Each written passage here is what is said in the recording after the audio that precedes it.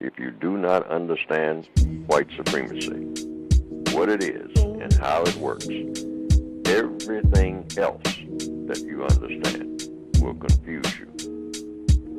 And black people are the most confused people on the planet, confused about everything. We're looking at this world around us and we're totally confused. Because that world is made by the white supremacists. And they are the greatest confusers on the planet. They're masters of confusion. How else can you control people over a long period of time without confusing them? It's an absolute must. Otherwise, you have to stand over each individual with a gun all day. The white supremacists don't do that. They stand over them with a gun every now and then. But on a day-to-day basis, they got everybody on automatic. Robots. They got everybody on automatic. Robots. There's a time and a place for dancing and entertaining, but it's not in the middle of a war. What we need is calm and quiet thinking and analysis. See, this is why it is important to read the newspapers.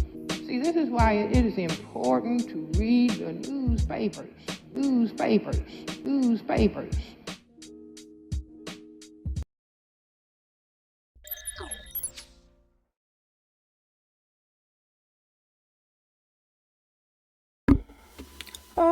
Okay. All right. Tonight we are going to discuss basically, my journey to where I am now as far as like my views on Pan-Africanism is a unique one. So I thought that, let me see if I could adjust this one right here. Oh. I thought that I could, share this journey. I think it would help explain to other people, why the delineation is happening, because it seems to be a lot of people, feeling like this is like something that we're doing to divide the community. And that's not exactly, what it is. I mean, it kind of divides things because you want to be able to know who is who and where is where. Okay. So I'm going to start at the beginning of my story with this. So the beginning of my story is when one day a friend of mine had a birthday. She does her birthday in the park. And, in the summertime, it's July, it's in the park. And we have like a picnic in the park and we all get together and, celebrate her Earth Day, right?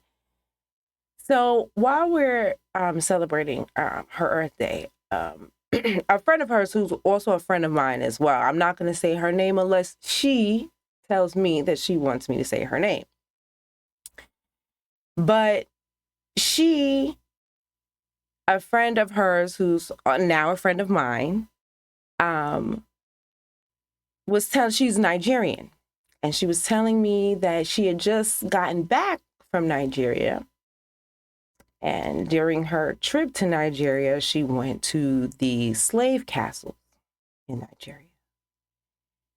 And I was fascinated, right? So I'm just sitting and I'm listening and, well, to be honest, I wasn't fascinated at first because I'm not really that interested in the slave castles and things like that. So I really wasn't that fascinated at first, but I listened, I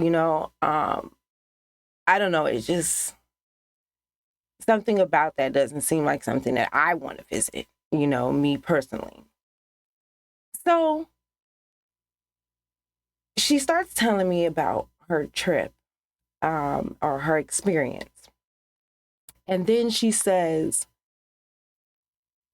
they had this well, and the well is how they would drug the slaves.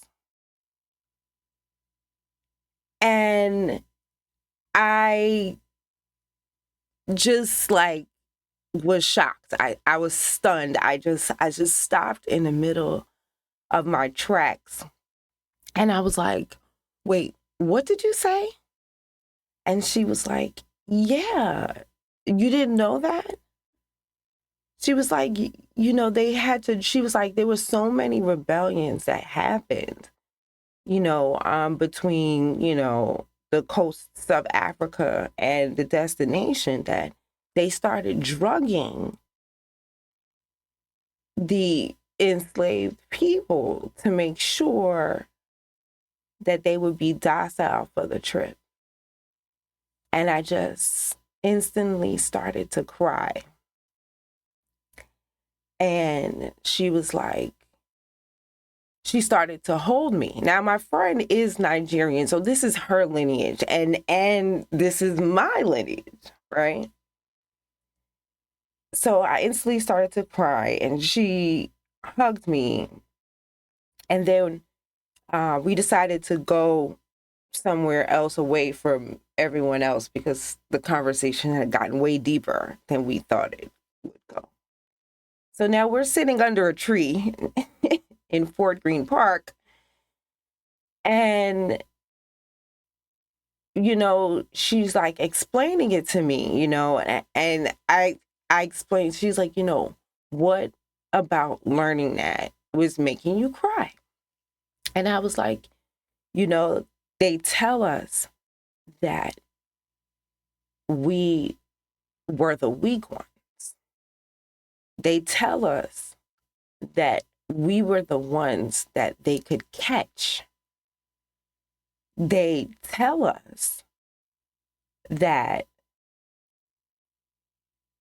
is the reason, or we were the deplorable ones, that's the reason why our ancestors would sell us into slavery. When that's not the case, that we were fighting so hard that they had to drug us. So the conversation pretty much ends with her just holding me, and she told me, now, again, this is my Nigerian friend. She says to me, stop looking to Africa. She goes, where in the South are your people from? And I was like, South Carolina and, Louisiana. And she was like, go to those places. And she was like, and you get that dirt and you carry it with you always. She said, this is your home. She was like, because this was like the beginning, the burgeoning stages of, I would say, the diaspora discussion. I don't want to call it a war. I'll call it the discussion. And she was like, don't worry about the voices, that are negative towards you guys that are coming from Africa. She said, because this is your home. This is your land. This is your country. And so that was the beginning. I'm going to be honest. Like, I used to be a person that used to wear like a lot of, African centered, clothing, earrings, jewelry. I was at the African festival every year, and I still go to the African festival. I still love the African festival. Don't get me wrong. But, the pieces I pick are just different now. Right? I still love the vibes of the African festival, I've seen all the cute kids, and you know what I mean, and people and adults, you know what I mean, like, and stuff. But I just, pick different jewelry. And then I'll explain as we go on some of the pieces I no longer wear, right?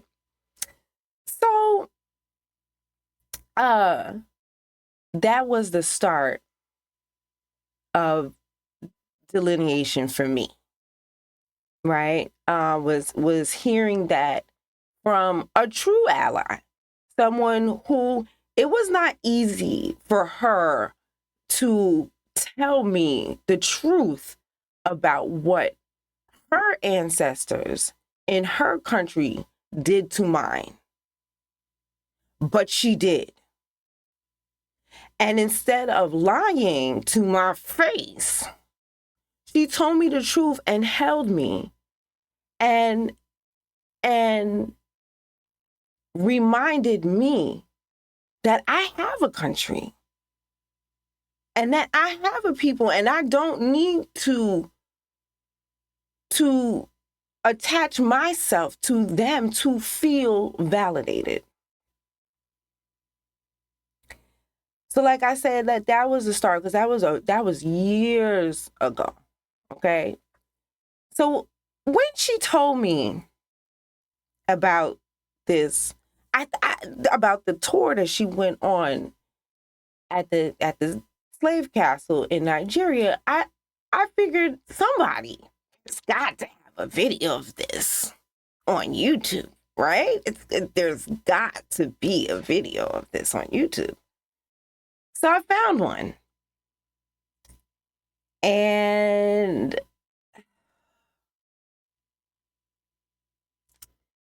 let's just get into it.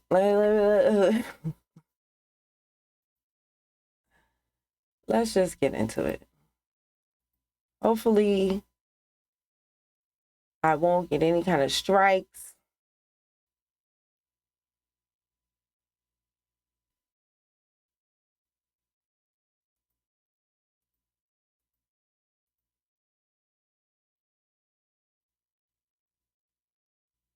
Most of the colonies that French colonized were. Okay, let's make this a little. There we go. Perfect. Okay.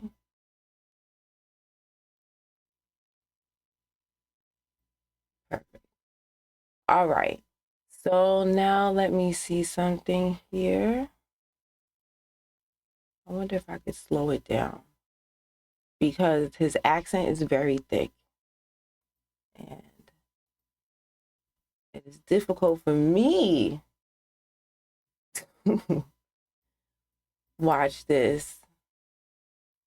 Oh, good speed. It lets me do the speed.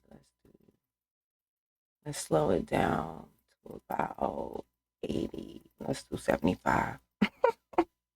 Most of the colonies All right. that French colonized were still paying. Why can't I hear it?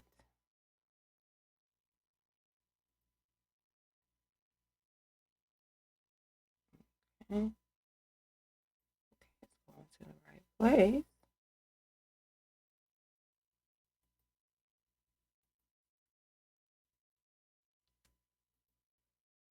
It's okay.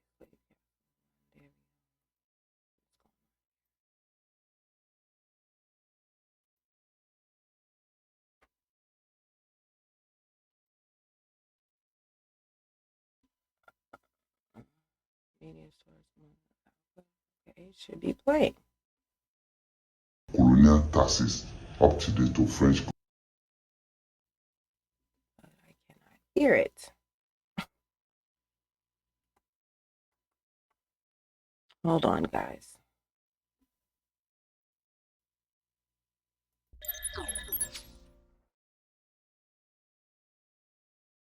That's why. And I used to tell people that what the hell African leaders were really doing, because I believe that we are the one who's supposed to fight for those things, not the American or even Europe. That to say that we don't have leaders. This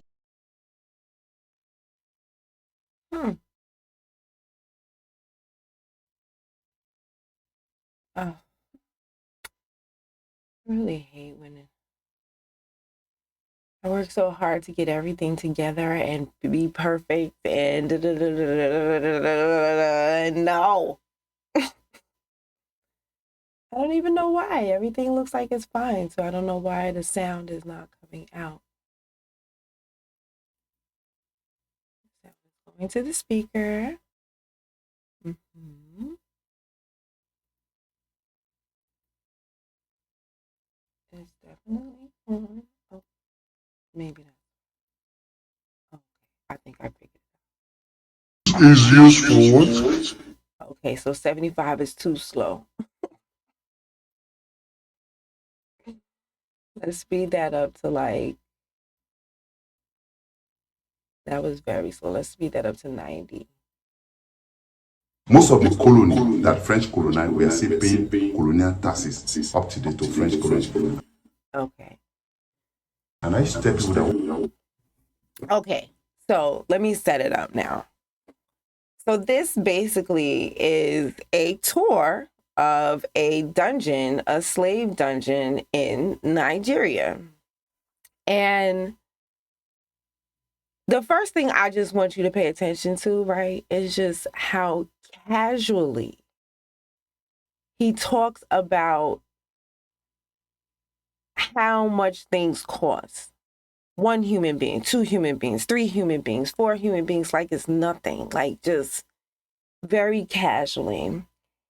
I also want you to keep in mind that they charge us to go to these castles, which I find egregious. I just find that egregious. I find it egregious that you kidnapped people, sold them, and then you charge them to show them how you tortured them. I find that to be egregious, but we're just gonna watch, okay? What the hell African leaders were really doing, because I believe that we are the one who's supposed to fight for those things, not the American or even Europe. That's to say that we don't have leaders. This is used for what? Killing the slaves. To C.F.R. William. That was an important part right there. We're going to start that from the beginning, okay? Because he said something real slick right there, early in the beginning. Most of the colony that French colonized were still paying colonial taxes up to date to French colony. And I used to tell people that what the hell African leaders were really doing, because I believe that we are the one who's supposed to fight for those things, not the American or even Europe. That's to say that we don't have leaders. This is Okay, we're going to come back to that. But he said that, you know, that he believes that Africa should be fighting for colonial taxes, not America, which I'm assuming he's talking about reparations. Yeah, and he's going to, that's a clip from later on in the video, so they'll come back to that, okay? So used for what? Killing the slaves. To C.F.R. Williams of Bas Slave Museum in Badagry. You're welcome. My name is Konason. What's the name? My name is Oluwaseun. Oluwaseun. How about you?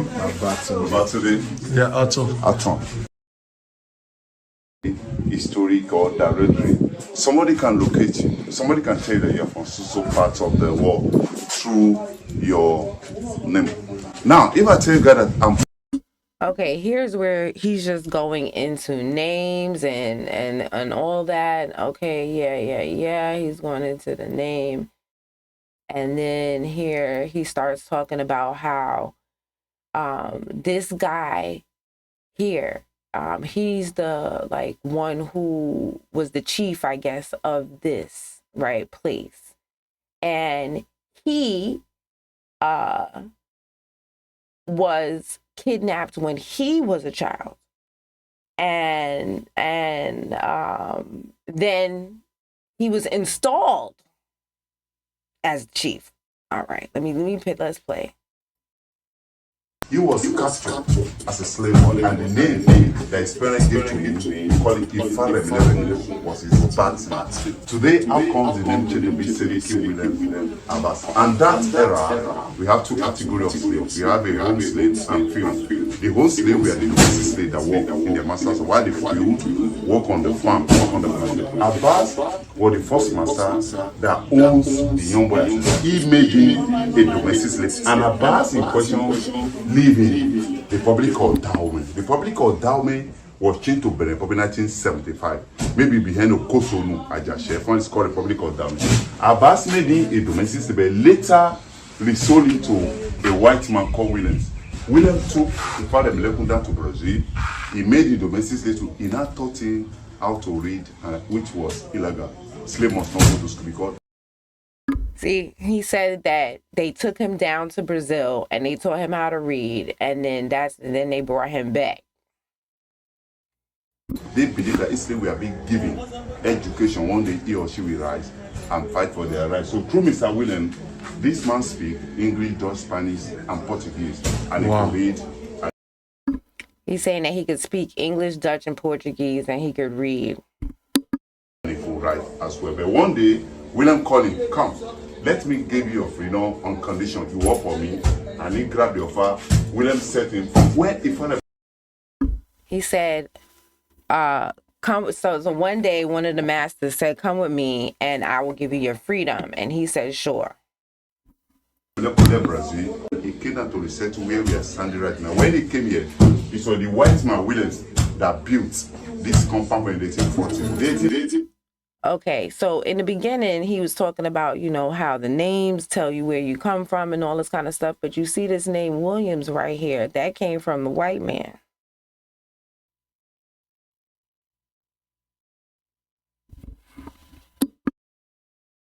In 1995, he became the Seriki Musulumi of Badagry because slaves bear their master's name. That is why he chose to bear the name of the first master, the second, and the title that he had. His birth name. And even the name that sounds Nigerian, that is the name of his first master. This is the name of his second master. And I think he said this is the name of his third. I'm not sure. It's kind of hard to understand him a little bit, but I'm trying here, y'all. Ifare Milekun disappear for a while because they have no identity. Now, you all know this company as Brazilian Barracoon. And the reason why they call it Brazilian Barracoon, most of the slave people for this one were taken to Brazil and they were Yoruba.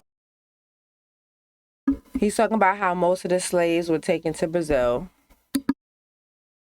We're going to fast forward a little bit, right? Because I want to get to something important because we talked about, here we go, where he starts talking about how much things cost. Right about here. Let's go. Let's turn around.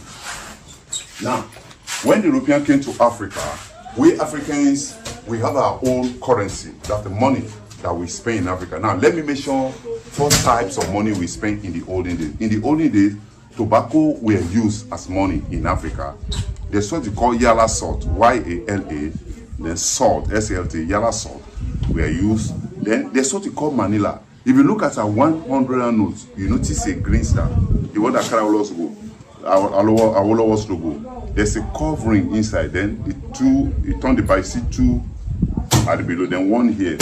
It's like a covering. Portuguese use Manila. Our forefather used Manila. Then 2. Then the last one is not cowrie shell. Let me see. Here I have a cowrie. Here's a cowrie shell that we use then as a money. But when they came, them say they can do business with our father with this kind of money, that they prefer doing trade by barter. So that's why. Now, remember earlier when I said there was certain jewelry that I don't wear no more? Cowrie shells is one of them things. Cowrie shell is the thing.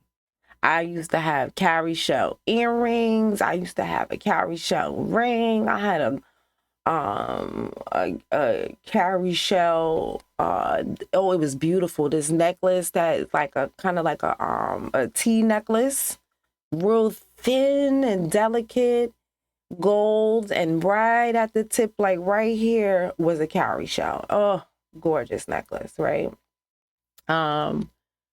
And so I loved cowrie shells. You can't catch me in a cowrie shell now, honey. You cannot catch me in a cowrie shell now. And this is why, after watching this video, that was it for me. This item we are being brought on the board. Europeans give our forefather one umbrella, you give them 40 human beings as a slave. One umbrella for 40. The same umbrella we are showing the vice president, Yemi Osinbajo. One umbrella for 40 human beings. One umbrella. 40 people. And he just talking about it like it's nothing. And you're going to hear that even the people who are on this tour, they're just laughing. They think this is funny. Hi, Miss Doc 9. Girl, where you been at? So, you know, they think it's funny. I don't know. It's so disturbing to me. Like, I don't see how anybody could be in the presence of this. Like, even, okay, look. Even when I watch things on the Holocaust, I don't find it funny. I don't like when they try to push the Holocaust and all of the Jewish history during Black History Month. That pisses me off. You know, but I'm not gonna laugh at it and think that it's hilarious and funny. So the fact that they're going through this tour, giggling and whatnot.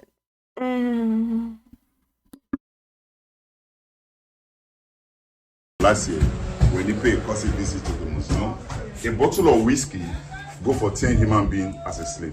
We have a bottle of 1873 from Vienna, Austria, inside the museum that will show you later. So far, they were selling us for umbrellas. They were selling us for whiskey.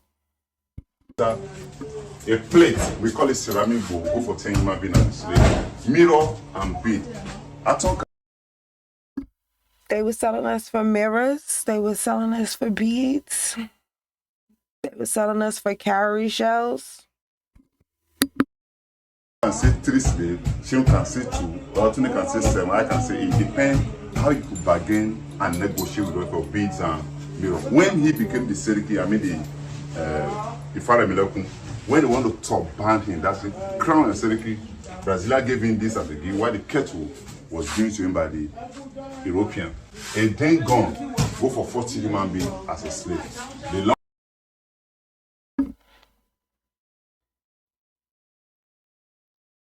They sold us for guns. It cost 40 people for one gun. One cannon gun, 100 slaves. The shot one go for 40 human beings. Now the question is this: we Africans or black men, what do we do with the guns and the cannon? We use it to fight ourselves, so to get more.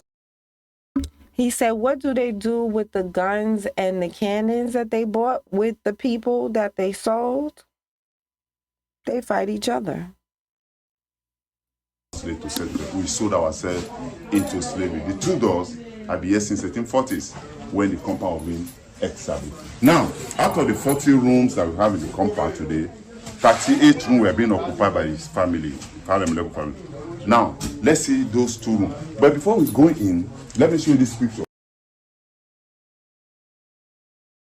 I think he said out of the 40 rooms, 38 had his family in it. I think that's what he said.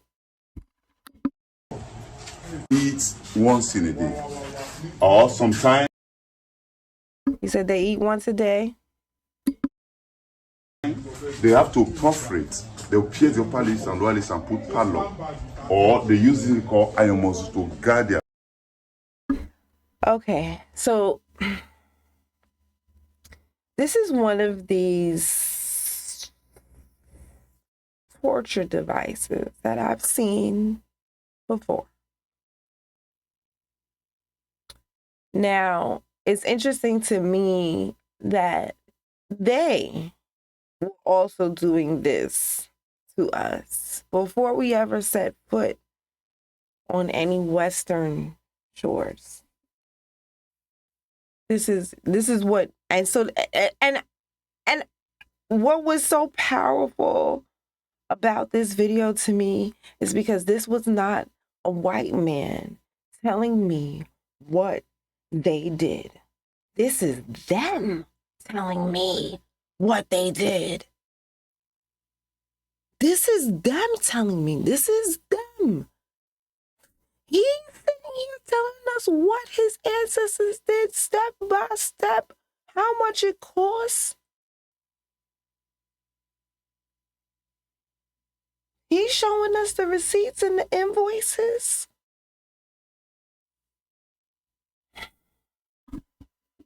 Mouth, so that they'll not be able to eat much food, so they'll not have a stamina to revolt or to fight their master. He said they did that. They put a thing through your lip and a guard through your mouth to make sure you don't eat. You see that?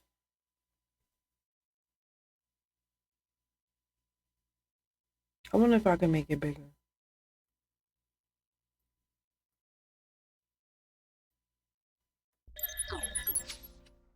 You see that? You see that?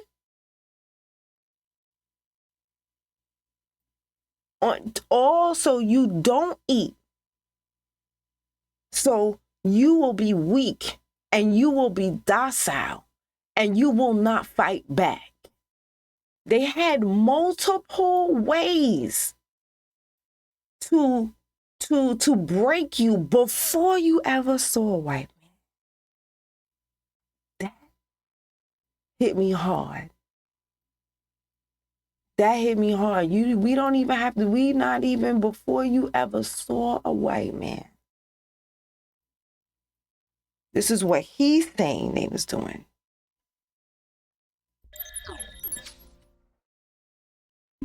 Now, if you look at this is a smaller one. The reason why this one iron muzzle is different. Any beautiful among the slaves, this is the initiation of the slave master's wife, so that her beauty will not attract their husband. So they have to cover the whole face of the beautiful slave. Okay, that's what He said if there was any slaves that were extremely beautiful, they would have a special mask to cover her face to make sure that her husband would not be able to come and find her. why our own is so different. Now, let's see those two rooms quickly and see what we have in.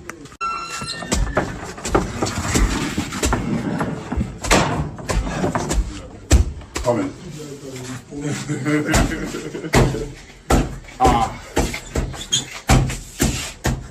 Give our father this, and you give them 40 money. The umbrella was made of wood, bronze, silk, and cane. Let me show you that the cane. You can see the cane of the umbrella. And this umbrella should be about 25 to 30 kg. It's so heavy. And the same umbrella a slave boy was carrying on the head of the master. And this umbrella must not drop from the hand of the slave. If it drop, they will beheaded the slave. Now, this one is called covling yoke. They use this to join two slaves together. They put this at the ankle of the first slave, then the ankle of the second slave. They're now lucky with their part lock. And this thing was made of metal. There's no how it always put wounds around the ankle of the slave. Okay, because they were slaves the next day. This separate chain used to be one chain those days. But because of the heat, it's wearing out. We call it waist chain. Anything that is stubborn, they will tie it around the waist. So to calm the slave down, so that he'll be less aggressive fighting another slave or those one or fight. Pause. He said that they in Nigeria would put these heavy chains on you so that you will be tired and less aggressive. So now they're not feeding you. Not only they not feeding you, they put in holes in your lips to affix mouth guards to your mouth covers to your mouth. They feeding you once a day, and if once a day doesn't get you docile enough, then they put the thing on your mouth. Then they put these heavy chains on you so you tied.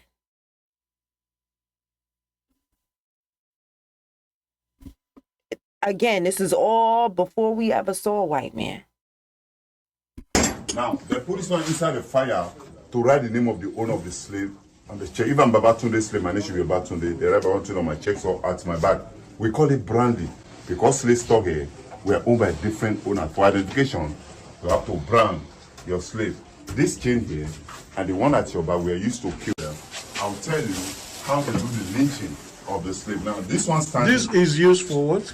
Killing the slave. Killing. Yeah, this one and the one over there. Like to murder them. Yeah, to kill the, yeah. Now, this one is called cart, C.A.R.T, or chariot. That thing was normally pulled, owned by this man called C.F.R. This is the man I was saying the story outside. I told that he had education. We made a photocopy of his own right here. Now, right now, we are going to see the dark room. Now, where you are standing is called inspection room. This is where they will check the health of the slave. Because their aims and objectives, they are going to work. So they want a very early slave. Any slave above 45, 50, or sick, they call them mark one. Now let's see the dark room. Please, you have to bend your head while coming in.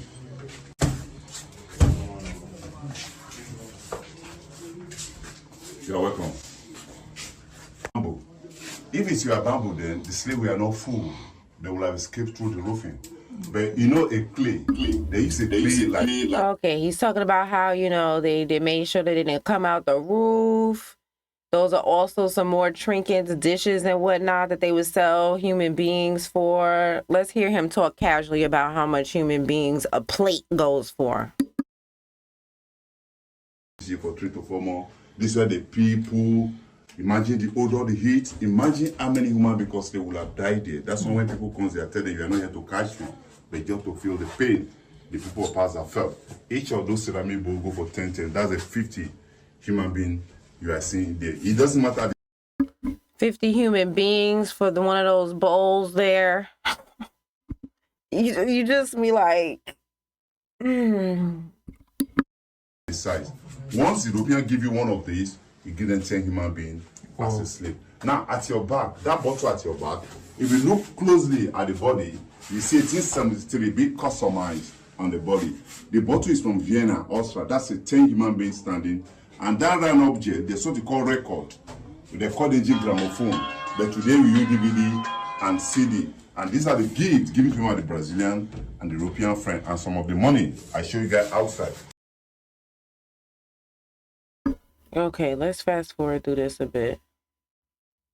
Okay. Here's where he just starts going into all the different types of slavery in different areas.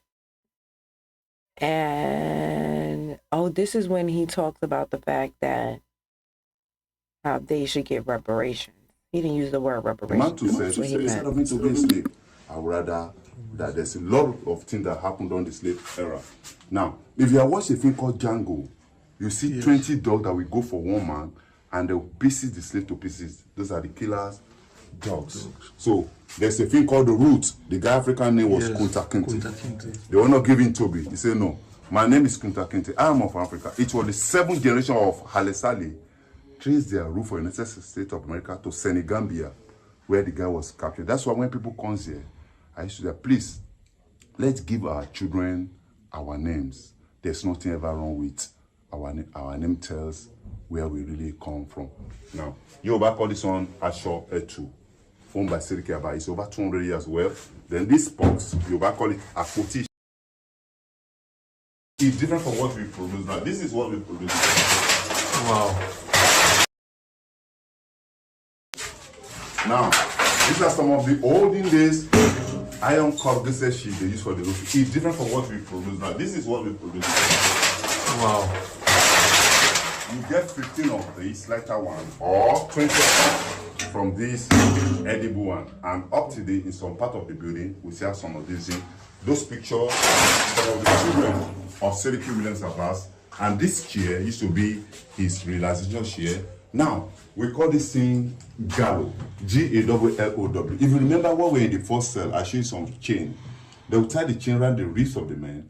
You met one and they'll be hung on gallows, and they'll be here dying gradually. They're just trying to instill fear into other slaves. And as you see them, talks about how they would hang people from the chains, put the chain around their waist, and then hang you from your waist from the gallows. Again, all before we saw a white man.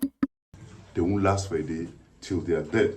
Now, this one happened in Dominican Republic, today known as Haiti. When the slaves were being led by a man called Toussaint Louverture around 1791, the slave killed all the whites in Haiti. They now got their independence, but the French came back to them that they should pay damages. We call it reparations, and they forced them to borrow money from their banks. And some say the reason why the Haitians were still poor today, they are still paying to the French colony. And the reason why I got to believe this, most of the colony that French colonized were still paying colonial taxes up to date to French colony. So he talks about how Haiti was had to pay France reparations. Then he talks about he believes that because that how all the colonized areas in Africa, basically they had to also pay colonial, he calls them colonial taxes. So, and then let's hear the rest of what he about to say. And I tell people that what the hell African leaders were really doing, because I believe that we are the one who's supposed to fight for those things, not the Americans. So he said that he feels like, what the hell are African leaders doing? Because they are the ones that are supposed to fight for those things, not America. We're going to bring that back.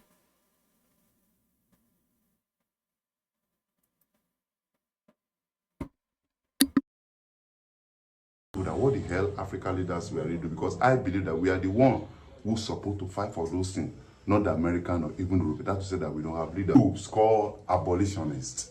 Those who rise up and say no. That this, because then they say we blacks, we are subhuman. When somebody says you are a sub, they say we have no soul. They are. So they willingly participated in the slave trade.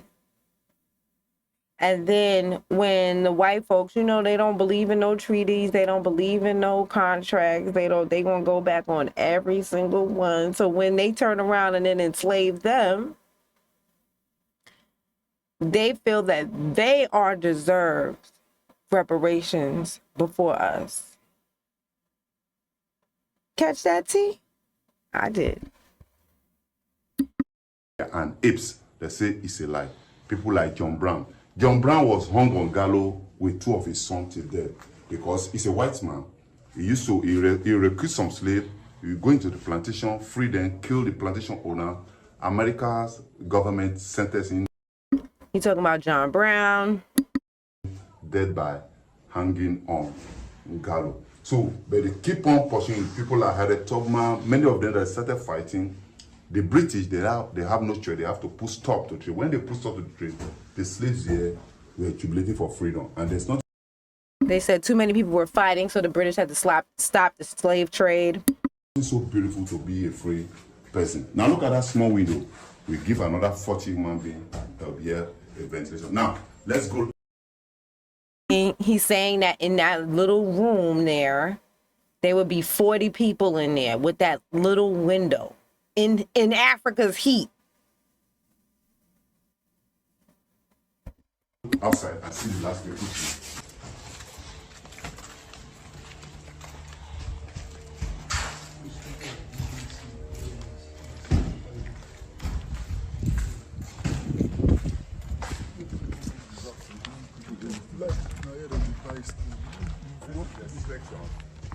You see those red bricks. Originally, that's how the company used to be in those days, those red bricks.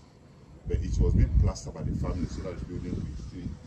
So all these, they are all cells and 40 in each of the room. Then over here. He said these are all cells. It would be 40 people each in each cell. This is the remnant, the building where C.F.R. started. The building collapsed in 1995, so being 1847. And over here used to be his court. This used to be his court.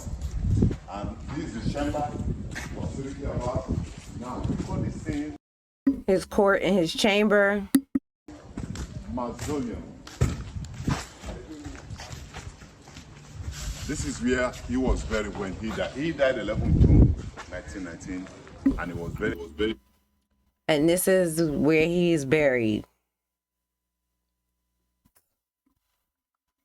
May he rest in peace. By the family, the Muslim community, and the Brazilians. So you're welcome. I don't know if you have any questions. Big thanks to our tour guide, Omo Badagry, and Cornerstone for showing us. So that was the first video that I saw. Right? So then, you know, I just started kind of like going down this like rabbit hole. Then I saw this video, right?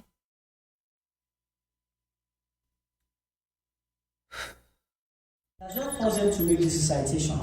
Please listen. I am leaving this land. My spirit lives with me. Now we gotta figure out why the sound ain't coming out. Hold on.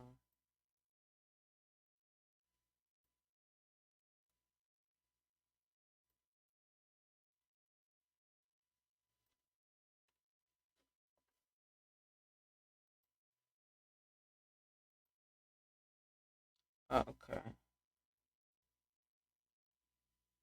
There we go. Same issue as last time. At least I shall not come back now. My shackles do not break. It is the shackles that holds the ship down. My ancestral bear me witness. I shall not return. This land shall depart. My soul do not revolt. My spirit goes along with me. I depart to the land unknown. I shall not return. We were exchanging a bottle of dry gin for 10 human beings. Then, presently, this is not up to 2,000 naira.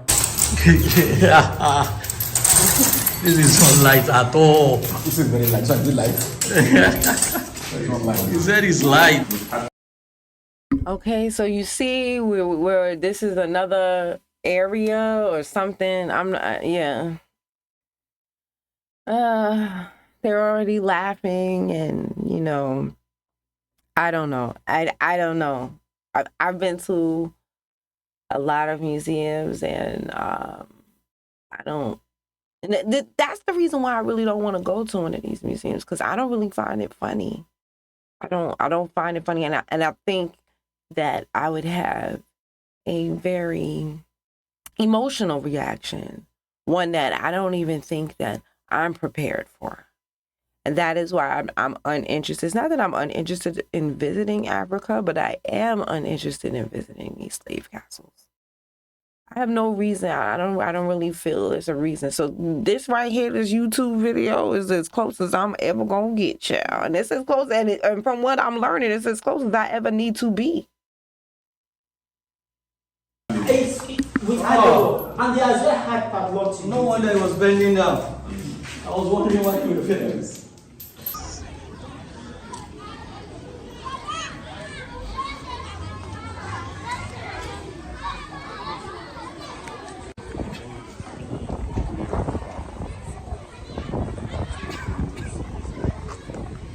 So we're still here, and we are here to check the relics that was used those days. Big thanks to Cornerstone, and now let's go in. It's beautiful. So, good afternoon. You're welcome to the Mobile Family Slave Relics Museum, Badagry, Lagos State, where we have the real chain, shackles. Does not force them to make this recitation. Please listen. I am leaving this land. My spirit lives with me. I shall not come back now. My shackles do not break. It is the shackles that holds the ship down. My ancestral bear me witness. I shall not. Does not force them to make this recitation. Please listen. I am leaving this land. My spirit lives with me. I shall not come back now. My shackles do not break. It is the shackles that holds the ship down. My ancestral bear me witness. I shall not return. This land shall be.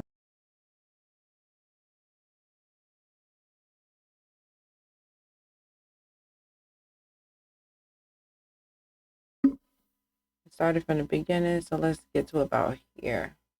Okay, because I had to slow it down a little bit because it's, you know, it's a little hard to understand the accents So I just have to slow it down a bit so I can understand, and I'm sure that so my audience can understand. There are some people in my audience who's going to be able to understand. Some of us need a little help, okay?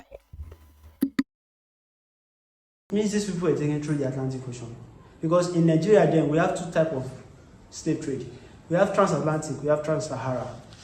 Trans-Sahara.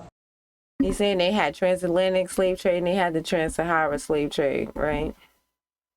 They take them to the Sahara Desert, down to wherever they are taking them. Who are their customers? The Arab. But the British and the Portuguese were our major customers in Badagry. And so any slave gotten from Africa through transatlantic slave trade were usually taken down to Europe, where they make them work in sugarcane, cotton, tobacco, plantation. Now, the harvested produce gotten from the plantation will now be taken from Europe down to America, where they transform into finished goods. And these finished goods will now be brought back to Africa for exchange of slave trade. And that's why we call it the Atlantic Triangular Trade. The same ship that comes to Africa to pick slaves is taking them to Europe. They make them work, and the harvested produce will be taken to America. They transform into finished goods. They bring the goods back to Africa for exchange or trade. And for about 350 to 400 years, any slave captured then from the eastern part of the country were usually taken down to Calabar. Just as we have vacated slave markets in Badagry, they have Aeon slave markets in Calabar. So they take them down to Calabar. Any slave gotten from the Oyo Empire, the Yoruba speaking area, they bring them down to Badagry. Now, there was nothing like a vehicle in those days. Slaves don't ride on horse. They trek down to Badagry. In the course of moving them down to Badagry, some fell sick along the road. They don't treat them. Some die. They don't bury them. They allow them to get rotten. So basically he's saying that, that on this long voyage that some of them just, they didn't make it, then they died, and, how crazy and treacherous this ordeal was. By the side of the road. And those that fell sick, they return them back to where they are bringing them, and they use them as sacrifice to their gods. So they trek them down to... And he said those that fell sick, they would take them back and sacrifice them to their gods.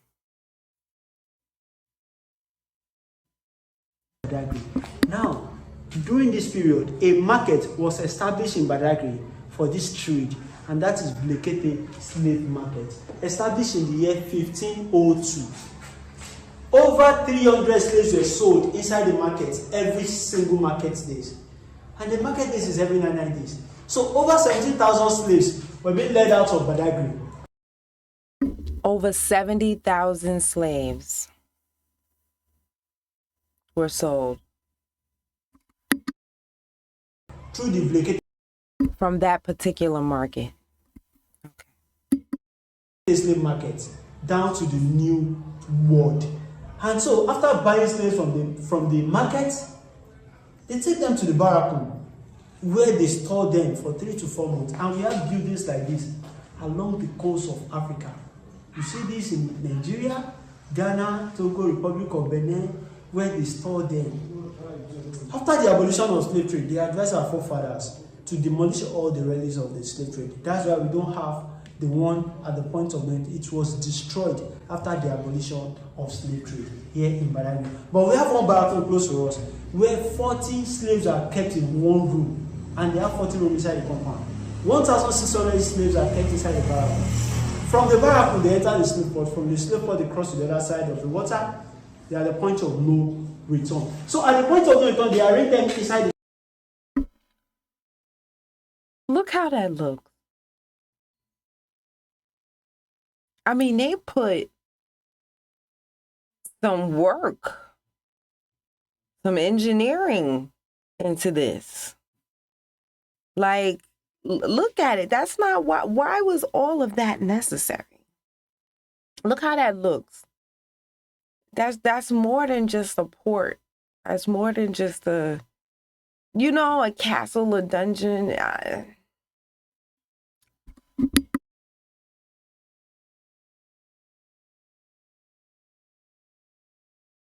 That's what forced them to make this.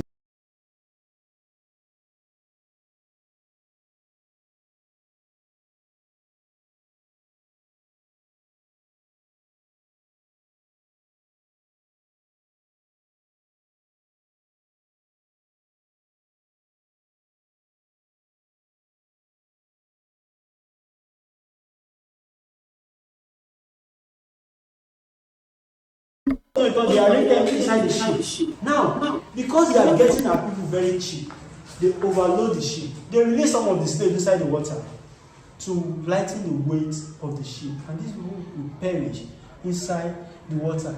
Getting to where they are taking them to, they auction slaves or they advertise them on newspaper. If you have slaves to sell, they have public place where they do auctioning of slaves. Or you put it inside the newspaper. Oh, you are waiting for a ship that has how many number of slaves? So he's saying that they would advertise slaves sales in the newspaper. So if you have slaves, so other people had slaves. So if you got slaves that you want to get rid of, you know, they about to have a boat, you know, white folks is coming. Now is the time to get rid of those slaves that you want to get rid of. That you want to sell. So if you are interested, you go and wait by the shore of the Atlantic Ocean over there.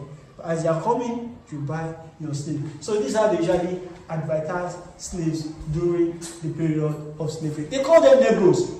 But we blacks, when we are doing guy, hey, I'm a nigger. Indirectly, you are calling yourself slaves. Yes. They call black slaves Negroes during the period of slavery. These people are meant to work in the plantation. They work, and most times they don't eat what they labored for. And any slave who refuses to work inside the farm, they punish them publicly. So that will serve as a deterrent. I think he's going through American history right here. That's what I think is happening here. To other slaves. Now, when you're talking about the abolition of slave trade, the judgment for the abolition of slave trade was made in Europe in the year 1772. That was when they made that judgment that they should abolish slave trade. But this good news got to Badagry in the year 1852. 1772, 1852 was when the news got to Badagry. And so in the year 1852, all the 8 chiefs, Badagry has headquarters, all the 8 chiefs in Badagry signed the Treaty of the Abolition of Slave Trade with the then Queen of England in the year 1852. And that was when the British slave merchants stopped coming to. Was a middleman between the white and the black. And that was what the people of Badagry were doing then. They buy slaves from their fellow black and resell to the white man. The father usually buys slaves from his fellow black and resell to the white man. So the man was named Moby by the white men because whenever they come around, he offered them kola nut. Kola nut is called obi in Yoruba language. So whenever they come, or you borrow a mobije, because he doesn't understand English, so you speak Yoruba to them, a mobije. So these people, we always hear him saying a mobije each time they come to Badagry. So they gave him a nickname, Chief Moby. And so they found. So he's saying that this guy here was the middleman between the black people in Nigeria and the white people who would come to buy slaves, and how he would go and suck up to them and befriend them and do whatever he could to be their best friend. Family adopt Moby as a family name. Moby is now a chieftaincy title in Badagry. So the father was selling slaves, but the son doesn't like the trade. And he said he adopted Moby as a family name. So you see that these names are stuff that they made up anyway, and they keep talking about how we don't have no names. Do y'all know y'all name? Y'all names is coming from this slave master, that slave master, this person, that person, stuff y'all made up. So what? I don't see why y'all put such importance on names. The missionary preached to him because his father was the one that accommodated the early missionary. The father was the one that gave him Badagry. The slave inside the vessel. These are the real chains around their neck. And these chains are over 500 years old. Said the chains are over 500 years old. Now let's take a look at this. As you can see, the chain is very light.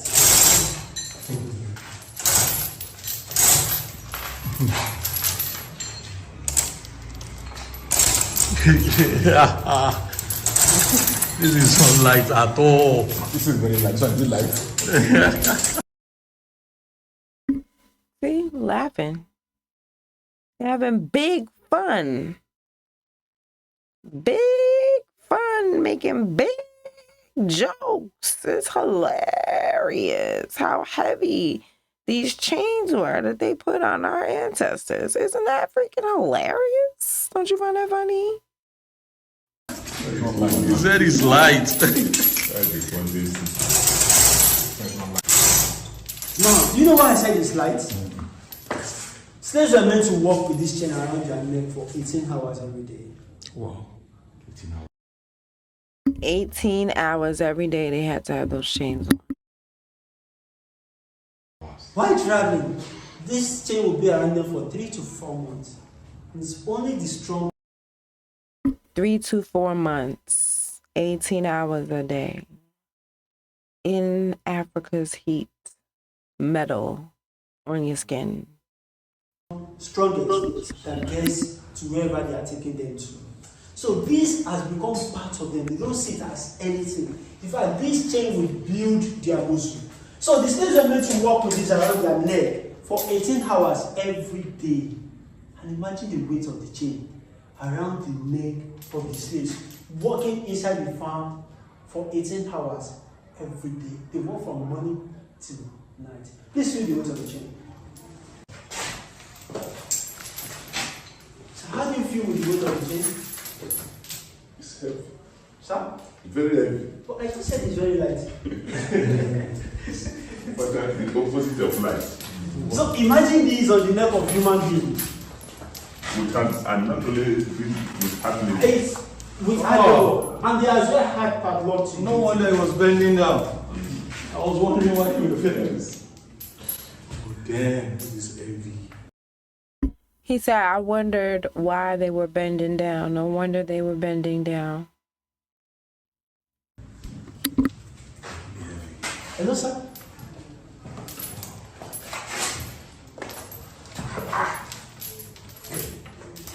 Now, depending on how long a chain is, a chain can have 5-10 neck lock. This is a neck lock. Depending on how long the chain is, it can have arrange them on a single file while moving.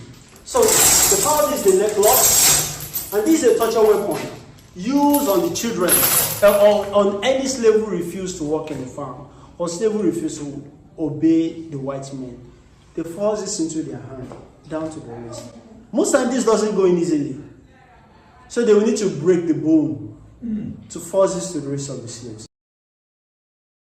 So he said, if you decide that you don't want to work and you don't want to do whatever they tell you to do, they have this little tiny thing right here that your hand possibly can't fit in. And they will break your hand to force your hand inside of it. And after forcing this to the wrist of the slaves, they may say climb a platform. Then screw this up to a tall tree. Then they make you climb a platform. Then they secure it up there. The master comes out from the platform and removes the platform. The slave will now be suspended on the tree, dangling from morning to night. In the course of Then they say the master will come out, kick the platform from underneath you, and then you're dangling from your wrist morning till night.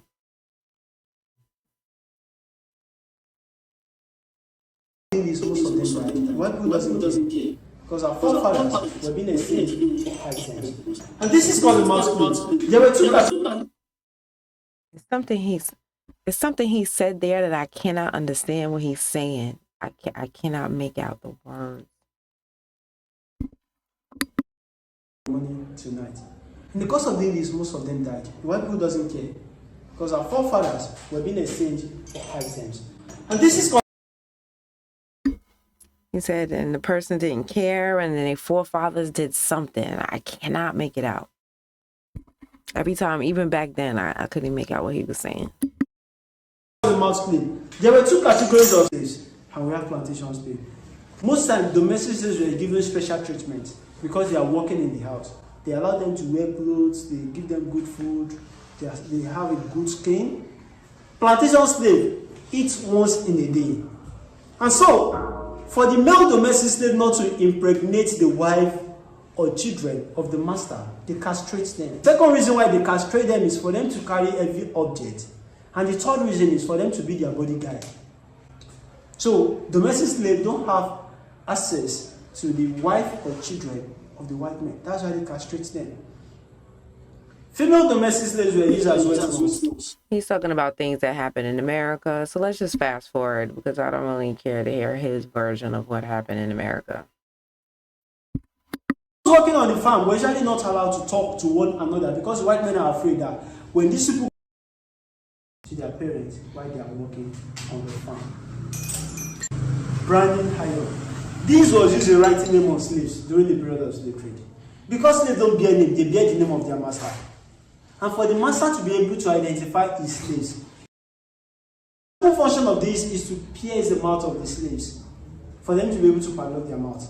While the last function of this is to pierce the foot of any slave who tried to run as money. This was only recognized in Africa. And so that led to the introduction of trade. He's talking about the cowrie shells and how that's money. Gunpowder. Gunpowder. Okay, yeah, let's play this. Dry gin, cotton, iron, mirror, tobacco were used in exchange of slaves. Let me take dry gin as an example. Before the arrival, He said all of those things were used in the exchange of slaves. we have our own local gin. We have palm wine. But when they came with bottle of dry gin, we were exchanging a bottle of dry gin for 10 human beings. Then, presently, this is not up to 2,000 naira. But a bottle of dry gin was an exchange of 10 human beings. Our own local, our own palm. So they saying that the gin was worth 10 human beings, which is worth 2,000 naira, which is about $4.81. So they basically saying that 10 human beings was the same as $4.81 today.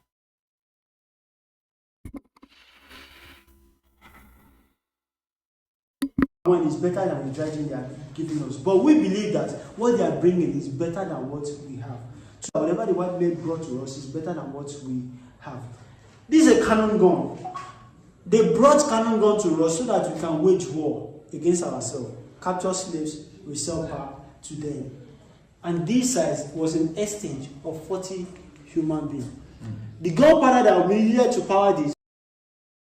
He's saying that the white man gave them cannons so that they could fight each other, so they could take prisoners of war and then sell them into slavery, and how the cannon cost 40 people.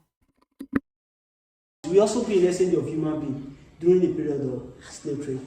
The big size of these was an exchange of 100 human beings for the big size. He said the big one was 100 human beings. Of the cannon gun. And over there is the drinking water pool. 40 to 50 slaves are meant to bring water from this pot at a time. He's saying that this is the water pot that they had to sleep, that 40 to 50 slaves had to drink out of this water pot at the same time. And they drink from the pot with their hand being tied to the back. So they will have to bend down to leap like dog. In the course of leaping, most times they push one another.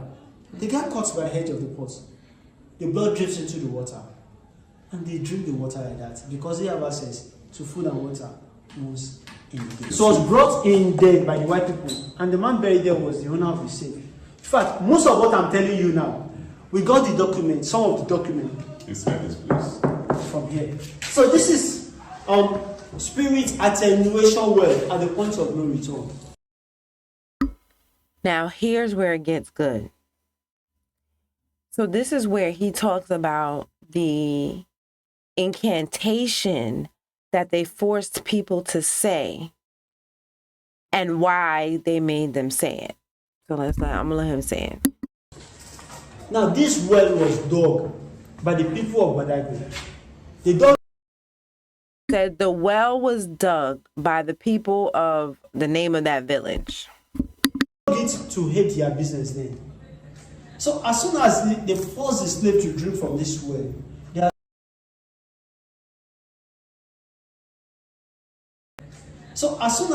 force the slave to The people of Badagry, they dug it to hate their business then. So as soon as they forced the slave to drink from this well, they as well forced them to make this recitation. So they forced the slave to drink from this well, and then they forced them to say this citation that he's about to say. Please listen. I am leaving this land. My spirit lives with me. He said, I'm leaving this land. My spirit leaves with me. I shall not come back now. I shall not come back now. My shackles do not break. My shackle does not break. It is the shackles that holds the ship down. It is the shackle that holds the ship down. I shouldn't have tried to do that at the same time. My spirit lives with me. I shall not come back now. My spirit leaves with me. I shall not come back now.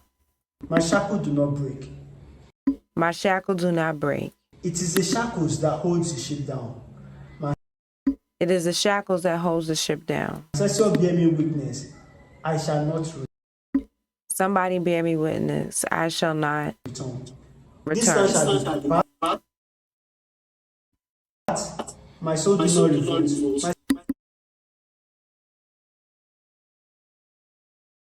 spirit goes along with me. I depart to the land unknown. I shall.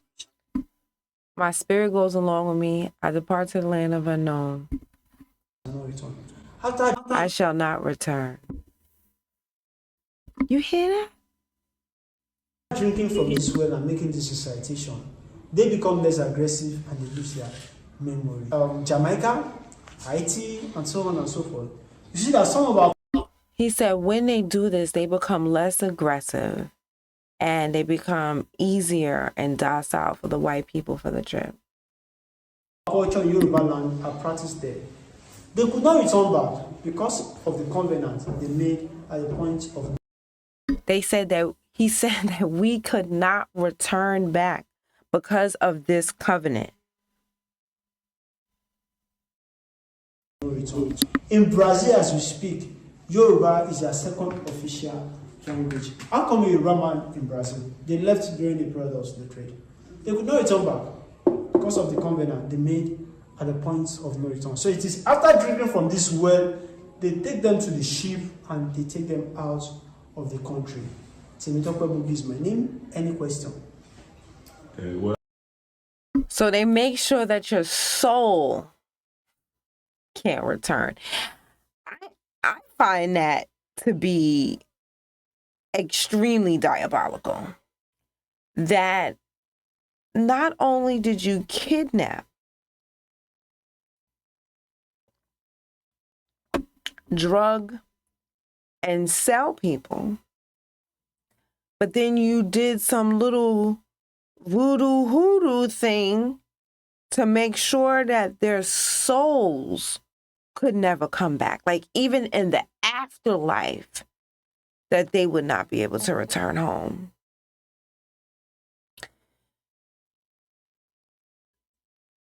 So when Ghana does this thing, this whole return home, it feels disingenuous to me. When they say things like return home, no, I'm good. Y'all wanted to make sure that my soul never came back. I will oblige. That's a special type of like evil right there. Like that. They said, we not only do we not want to see you in this life, we don't want to see you in the next. I don't know. I find that diabolical. I find that diabolical. And it's something that, like I said, this whole live is about why I walked away from Pan-Africanism. Why that's just not my bag. Why you used to see me in maybe some African earrings, and now you see me in some United States earrings, some USA earrings. And I'm explaining the revelations, the things I learned, the rabbit holes I dug, my friend telling me how she felt, what she experienced, and even my Nigerian friend telling me to focus on my lineage here. So I'm just explaining, like, what made me travel down this path and finding out that the people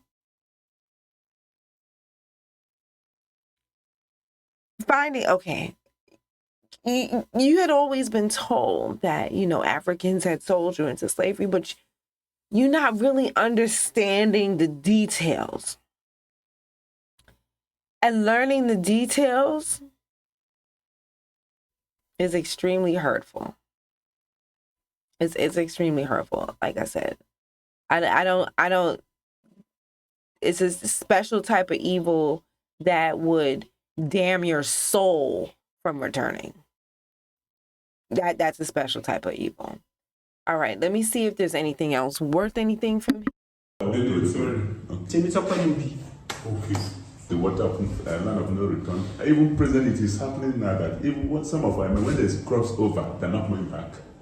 Even now, once they cross over this sea and go abroad, very few comes back. So it's because of greediness. We don't value what we have. Okay. And I usually tell people that this country cannot be better in as much as we are still relying on the white men. They are using us. They use us for dirty job, presently. Yeah. And we believe that about how the white man is using them, and because the other guy was talking about how it's happening now, that people are leaving. Spot and Keloid Eraser by evenmelanin.com. This product was initially just called Spot Eraser, but you see this? I clumsily fell on my mirror coffee table and sliced the back of my leg. I don't like hospitals, so I didn't go. And it healed like this. Okay. Maybe I should have went and got stitches, all right? Anyway, I had a huge keloid. Shaving my legs was so painful, I kept nicking it every time. You see those nicks right there? I figured I just had to live with this.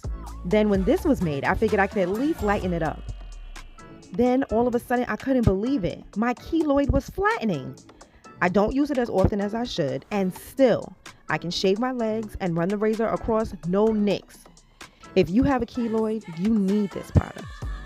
Or you can use this for intense treatment for dark areas like your pubic area, underarms, elbows, knees, between your thighs when they be rubbing, or any wounds or scars, or old scars, new scars. It don't matter. Spot and Keloid Eraser, evenmelanin.com. That, I had my friend explaining to me, I was just explaining the timeline of events. I had my friend come to me and explain to me, her experience on the slave dungeon tours. I had, and in her, telling me to kind of, focus on my lineage here, because this is my family. And then I went searching for the slave tours myself on YouTube, and then I came across those videos. And then I just so happened to be I just read the comments on a post, and I just so happened to see somebody posted the name of this article, and it was so interesting to me. I had to read it. And the name of the article is called My Great-Grandfather, the Nigerian Slave Trader. Oh, honey, we bought it. And I've read this on IG before, on IG Live before, years ago. But I didn't go through the timeline of events like I'm going through now. Okay. So I'm going to warn you now, there's going to be a lot of names that I don't know how to pronounce, and I'm going to do my best. I'm not going to get them all right, and deal with it.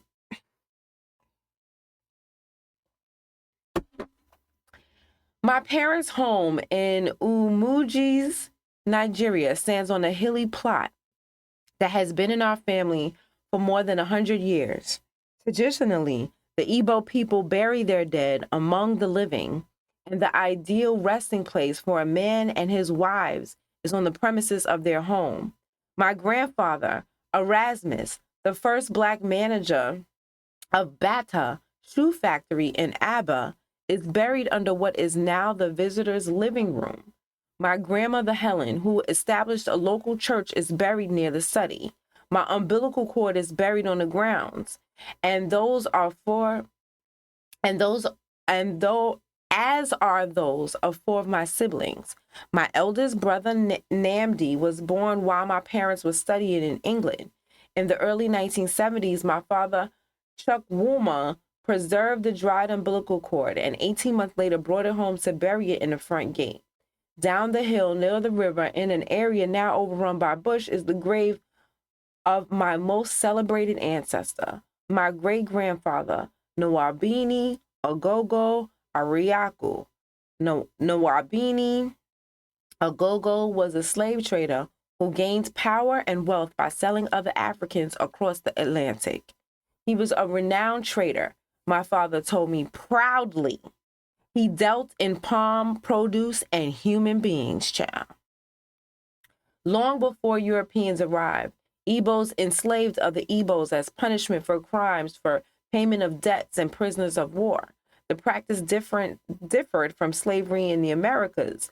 Slaves were permitted to move freely in their communities and to own property, but they were also sometimes sacrificed in religious ceremonies or buried alive with their masters to serve them in the next life.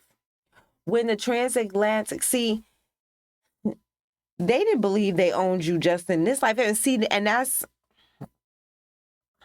so they sit there and try to be like, oh, it wasn't like, American slavery. No, you believe you own them in this life and the next. Excuse me.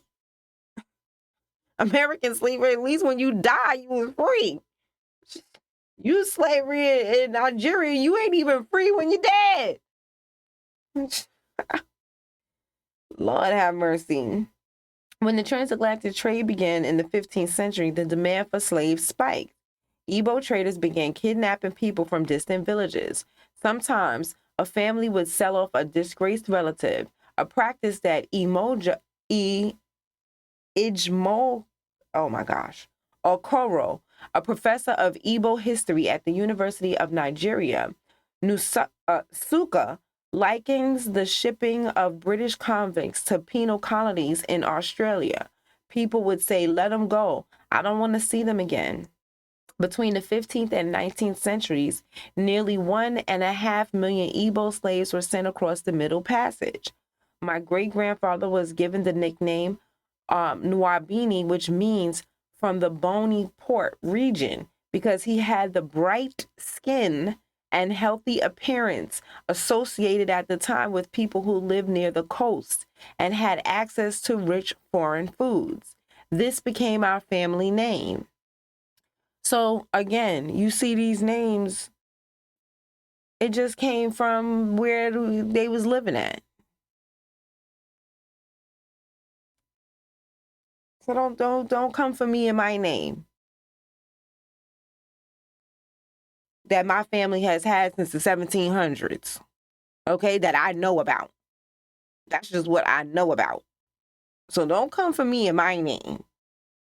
And y'all making y'all names up from wherever region y'all come from, just like everybody else. Anyway, this became our family name. In the late 19th century, he carried a slave trading license from the Royal Niger Company, an English corporation that ruled southern Nigeria. His agents captured slaves across the region and passed them to middlemen who brought them to the ports of Boni Calabar and sold them to white merchants. Slavery had already been abolished in the United States and the United Kingdom, but his slaves were legally shipped to Cuba and Brazil. So.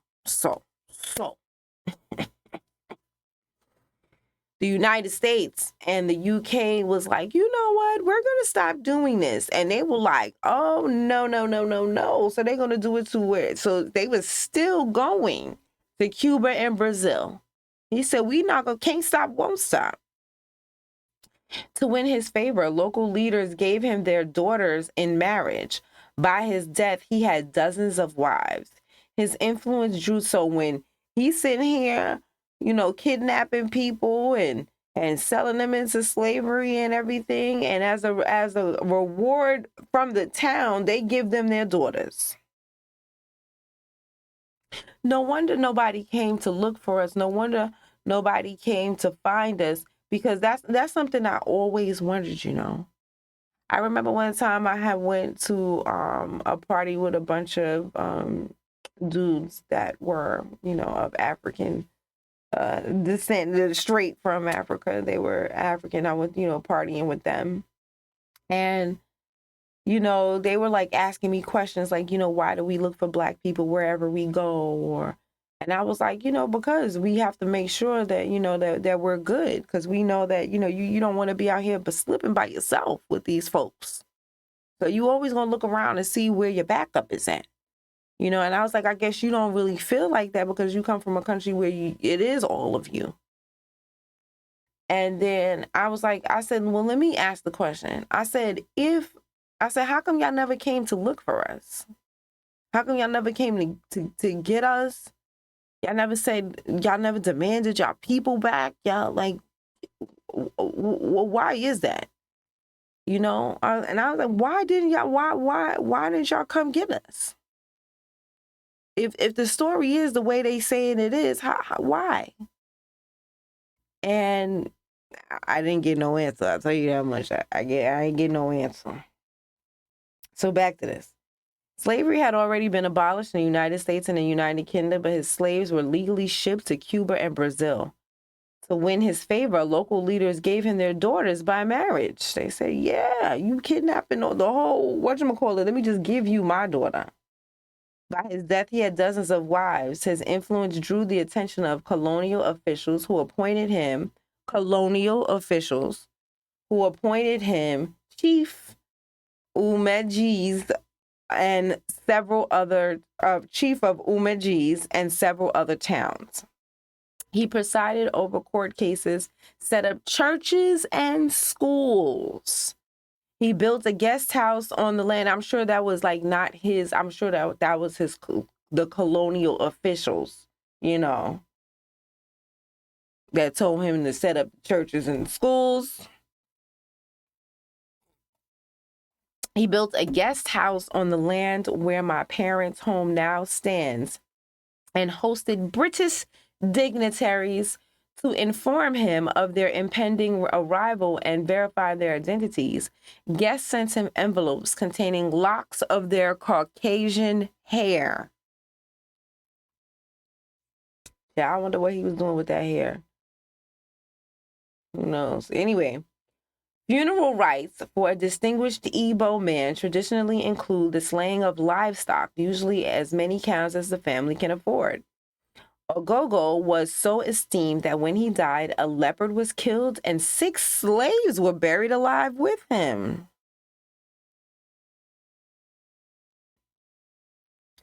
6 slaves. Oh. So this not the white folks. These are the Nigerians. These are the Black people. These are the people that are telling us to come home and whatnot. Anyway, they killed and 6 slaves were buried alive with him. My family inherited his canvas shoes, which he wore at a time when few Nigerians owned footwear, and the chains of his slaves, which were so heavy that as a child, my father could hardly lift them. So he also inherited the chains. Throughout my upbringing, my relatives gleefully recounted Ogogo's exploits. When I was about 8, my father took me to see the row of ugaba trees where Ogogo kept his slaves chained up. In the 1960s, a family friend who taught history at a university in UK saw that Nwabini Ogogo's name mentioned in a textbook about the slave trade. Even my cousin who lived abroad learned that we had made it into the history books. Last year, I traveled from Abuja, where I live, to Umuji's for my parents' 46th wedding anniversary. My father is the oldest man in his generation and the head of our extended family. One morning, a man arrived at our gate from a distant Anglican church that was celebrating its centenarian. Its record shows I'm having a hard time with that word. Celebrating its centenary. There we go. Its records showed that Ogogo had given an armed escort to the first missionaries in the region, a trio known as the Kuki brothers, to ensure their safety. The man invited my father to receive an award for Ogogo's work spreading the gospel. I'm sure. After the man left, let me say hi to some people. Let's see. Hi, Moonbeam Queen. Hi, Ridester. Okay. After the man left, my father sat in his favorite to receive an award for spreading the gospel. After the man left, my father sat in his favorite armchair among a group of his grandchildren and told stories about Ogogo. Are you not ashamed of what he did? I asked. He said, I can never be ashamed of him, he said, irritated. Why should I be? His business was legitimate at the time. He was respected by everyone around. My father is a lawyer and a human rights activist.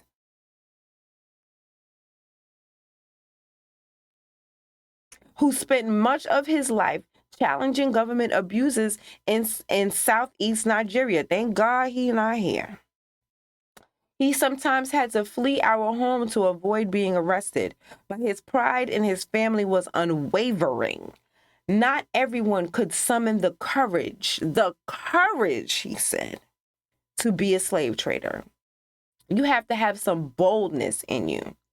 My father succeeded in transmitting to me not just Ogogo's stories, but also pride in his life. During my school days, if a friend asked the meaning of my surname, I gave her a narrative instead of a translation. But in the past decade, I felt a growing sense of unease.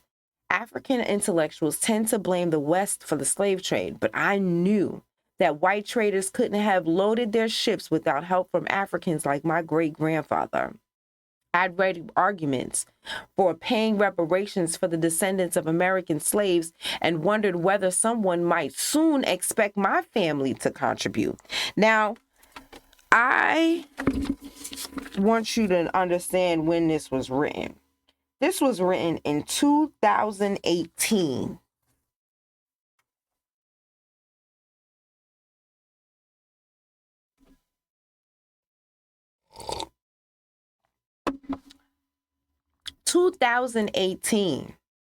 She's already sweating in 2018. What you think she's doing right now in 2025? And she see how far we getting with our reparations, huh?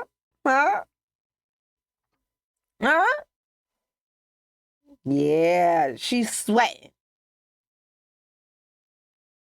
But I knew I couldn't have loaded their ships without help from Africans like my great-grandfather. I read arguments for paying reparations to the descendants of American slaves and wondered whether someone might soon expect my family to contribute. Other members of my generation felt similarly unsettled. My cousin Chidi, who grew up in England, was 12 years old when he visited Nigeria and asked our uncle for the meaning of our surname. He was shocked to learn our family's history and has been reluctant to share it with his British friends. My cousin Chioma, a doctor in Lagos, told me that she feels anguish when she watches movies about slavery. I cry and ask God to forgive our ancestors.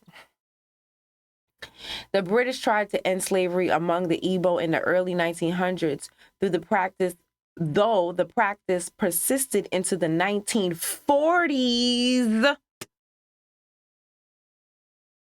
Understand, into the 1940s. So when they talking about, that's around the time they got their independence, isn't it? Didn't they get their independence like in the 50s? In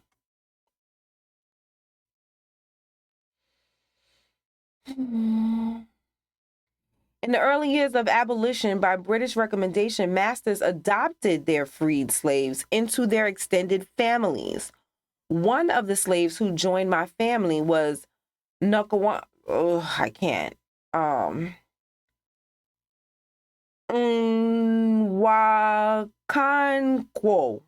Nwakwankwo. I might be close. A convicted murderer from another village who chose slavery as an alternative to capital punishment and eventually became Nwabani Ogogo's most trusted manservant. In the 1940s, after my great-grandfather was long dead, Nwankanko was accused of attempting to poison his heir, Igbo Kui, in order to steal a plot of land. My family sentenced him to banishment from the village. When he heard the verdict, he ran down the hill, flung himself on Ogogo's grave, and wept, saying that my family had once given him refuge and was now casting him out. Eventually, my ancestors allowed him to remain, but instructed all their freed slaves to drop our surname and choose new names. If they had been behaving better, they would have been accepted, my father said. The descendants of freed slaves in southern Nigeria, called Ohu.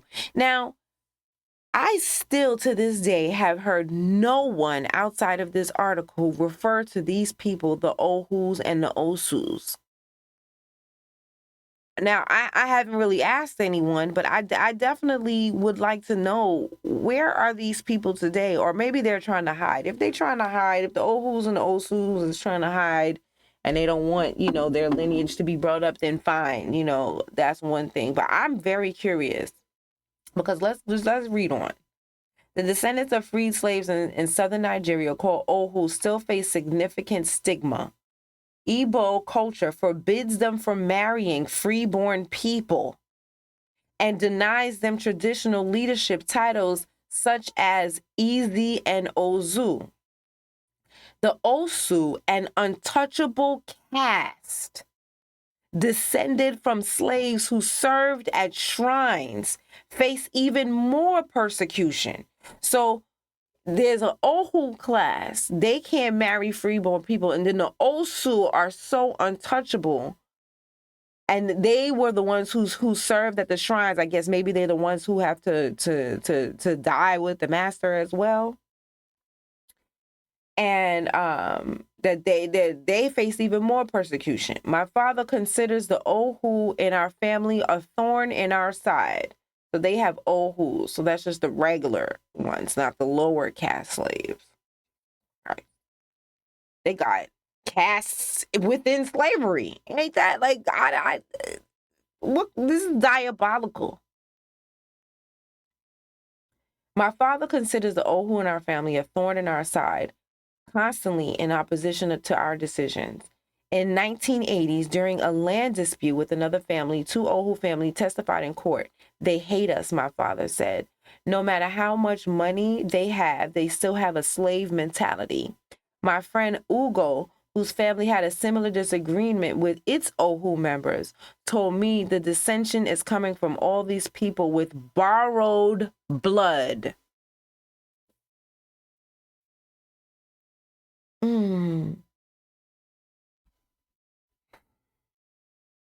I first became aware of the Ohu when attending boarding school in Owerri. I was interested to discover that another new student's family came from Umijis, though she told me that they hardly ever visited home. It seemed from our conversations that we might be related. Not an unusual discovery in a large family, but exciting nonetheless. When my parents came to visit, I told them about the girl. My father quietly informed me that we were not blood relatives. She was Ohu, the granddaughter of Nwankwanko. I'm not sure if the revelation meant much to me at the time. The girl and I remained friendly, though we rarely spoke again about our family. But in 2000, another friend named Ugona was forbidden from marrying a man she had dated for years because her family found out that he was Osu. So he was the low class, the ones who was at the temple or whatever they call it. Afterward, an Osu friend named Noni told me that growing up knowing that her ancestors were slaves was sort of like having a boogeyman around. Recently, and see, that's how they want us to feel, but we don't. And it makes them mad. It makes everybody mad. They want us to feel like, you know, but we don't. We see the BS that y'all be doing to us. Yeah, we see it, but we're not gonna sit in the corner and cry about it. No, we're gonna do something about it. Boogeyman around. Recently, I spoke to Nwan Nai, a 39-year-old Ohu member of my family. The way you people behave as if we are inferior, she said. Her parents kept their Osu ancestry secret from her until she was 17. Although our families were neighbors, she and I rarely interacted. There was a day you saw me and asked me why I was bleaching my skin, and she said I was very happy because you spoke to me. I went to my mother and told her, you and I are sisters. That is how sisters are supposed to behave.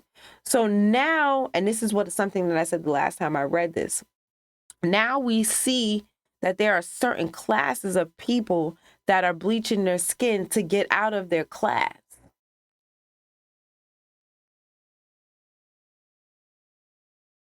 She thinks that if she bleaches that can bleach her out of being an Ohu. She can bleach out of being an Osu. She wasn't an Osu, but she was just so. I'm like I said, you see all of this bleaching going on, and it lends a new dynamic in Nigeria now. In Jamaica, I don't know what is going on there. They just bleaching. But here in Nigeria, it does add a different layer to it. Modernization is emboldening the Ohu and freeborn to intermarry despite the threat of ostracization. I know communities where people of slave descent have become affluent and have started demanding the right to hold positions. Professor Okoro told me it is creating conflict in many communities. Last year in a town in Enugu State, an Ohu man was appointed to traditional leadership positions, sparking mass protests. In a nearby village, an Ohu man became the top police officer, giving the local Ohu enough influence to push reform. Eventually, they were apportioned a separate section of the community where they can live according to whatever laws they please, away from the freeborn. It will probably be a long time before all traces of slavery disappear from the minds of the people. G.T. Basden, a British missionary who wrote of the Igbo in 1929, until the conscience of the people functions. Until the conscience of the people functions, the distinctions between the slave and the freeborn will be maintained. So he's saying that their conscience is not working. And that's why it's a hot mess over there. That's basically what he's saying. And I have to agree. Come on now. 1940, and the people are still going through this today. No wonder they're let's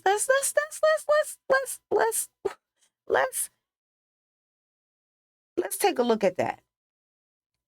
They are, no wonder they're cool with coming here and join, not all of them, because obviously my friend who sat there told me the truth and hugged me and told me, to focus on my family and my lineage, she's definitely not one of them. And most of my friends, I'm going to say, my friends are not people that are like, or that are, I don't know, that are not trying to fight. Let's put it that way, right? Or at least see what's going on. I don't have people around me who have weird thought patterns. Let's put it like that. White supremacy leaning. You know what I mean? Like that wouldn't really work in a friendship with me, because you would get really annoyed with me. Like you wouldn't like me. And I wouldn't like you. So I don't have friends like that. But to people who even she realizes are in her country and in her ethnic group. Even she realized that in her ethnic group are people who are not with us. And those that are not with us, it's easy to see how they just translated what they're doing to their Ohu and their Osus to us over here. Why they join with white supremacists. They consider themselves right on the same line with the white supremacists. They don't see themselves with us. We are lower than them. We are beneath them. The white supremacists are on their level. That's how they looking at it.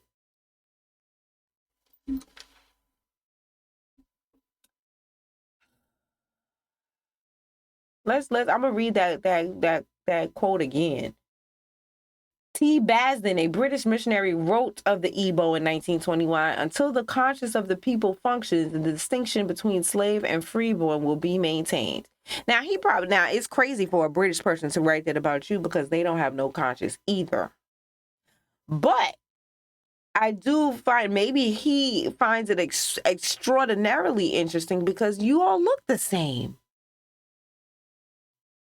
He's trying to figure out why y'all doing that to your own people. He's trying to figure it out. Why y'all let us do this to you? Y'all truly ain't got no conscience. When the sick and the deplorable are telling you ain't got no conscience, I mean, man. Ogogo was believed to have acquired spiritual powers from the shrine of a deity named Njoku, which allowed him to wield influence over white colonists. Among his possessions, which are passed down to the head of the family, was a symbol of his alliance with Njoku, a pot containing a human head. You had to cut the head straight into the pot while the person was still alive, without it touching the floor, my father said. It couldn't be just anybody's head. It had to be someone you knew. In Nwabiani's in Ogogo's case, this someone was most likely a slave. When Gilbert, my great uncle, had a previous head of our family died in 1989, his second wife, Nyenya, a devout Christian, destroyed the pot. Shortly after, her children began to die mysterious deaths, one after another, and Nina contracted a strange ailment and died in 2009. Some relatives began to fear that dark forces had been unleashed. Last July, my father's cousin Sonny, a professor of engineering, visited my parents to discuss another concern, a growing enmity in our family. Minor arguments had led relatives to stop speaking to one another. Several had become estranged from the family. We have always had a major disagreement or division or the other. My father's cousin Samuel told me. My cousin Izugo was not surprised by the worrying trend. Across Igbo land, wherever there was slave trade with white people, things never go well, he said.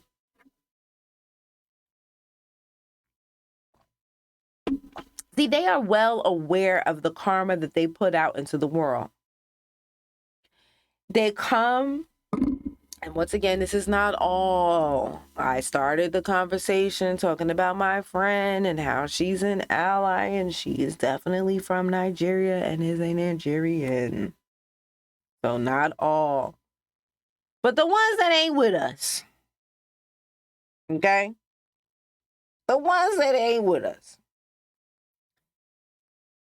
You know, they're constantly, talking about what we got going on over here, but they play dumb, but they are very well aware this is something that they're saying in their country. They always have problems there. Everyone has noticed this. This is something that they are well aware of, and they're pretending that when they come here, they act like they don't know. They know. They have bad karma because they sold us. My relatives thought that our history was coming back to haunt us. Prior to colonization, the Igbo believed that spiritual forces controlled events. If enough misfortune piled up, a family might come to believe that it was the victim of intergenerational curse, resulting from the actions of an ancestor. Family members would seek out a juju priest who would consult a deity, diagnose the root of the curse, and then expel it through a religious ritual. When foreign missionaries arrived, they persuaded the Igbos to embrace Christianity, openly at least. But belief in ancestral curses has remained, cloaked in Bible passages that refer to God visiting the iniquity of the fathers upon the children unto the third and fourth generation.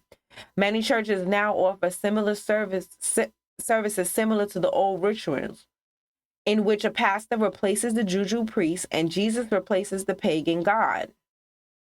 This way, evil forces can be exposed without Christians engaging in idolatry. Deliverance usually requires a family to pray, fast, and renounce atrocities.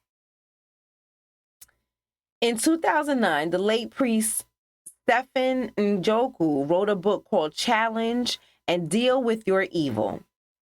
Guys, and Deal with Your Evil Foundations, in which he argued that some people should change their names to rid themselves of curses. So now, again, as people try to tell us, foundational Black Americans, about how our names don't mean anything and we don't know who we are because we don't have these names.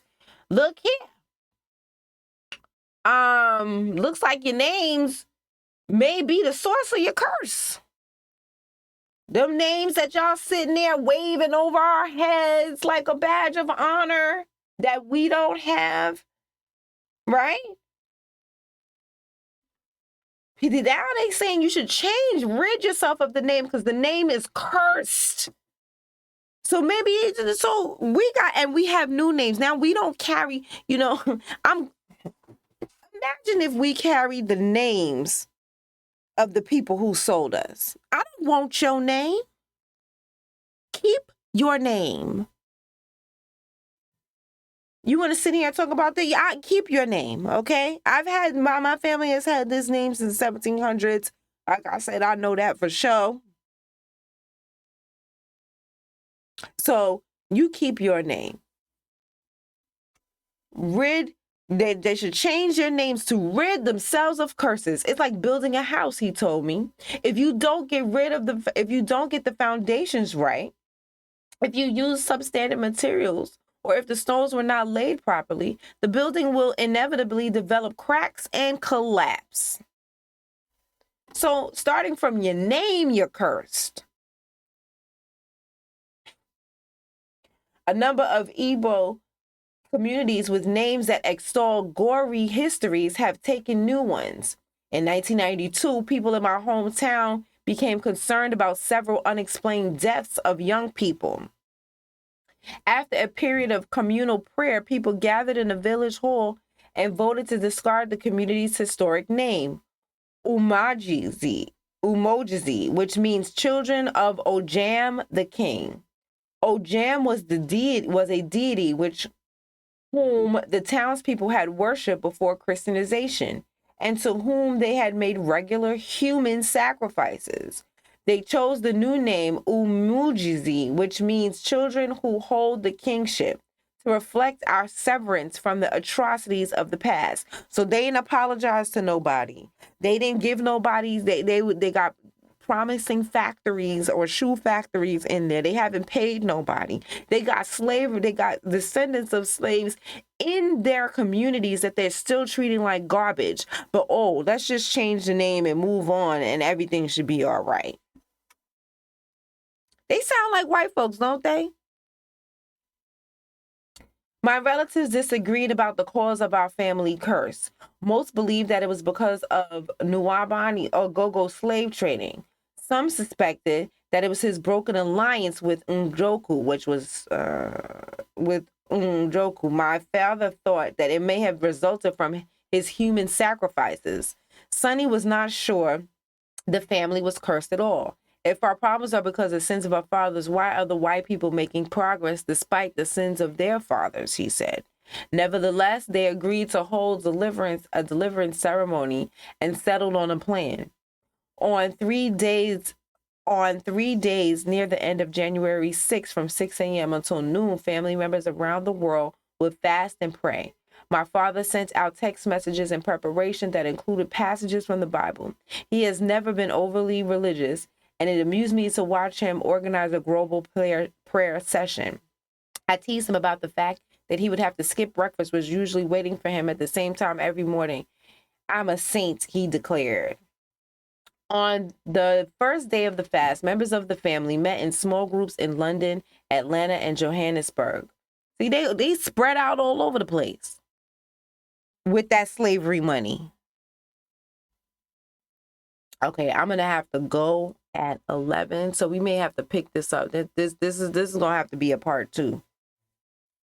We'll do part 2 tomorrow. I'll come back tomorrow. We'll do part 2 because I definitely have to go like at 11 o'clock or close to 11 o'clock too.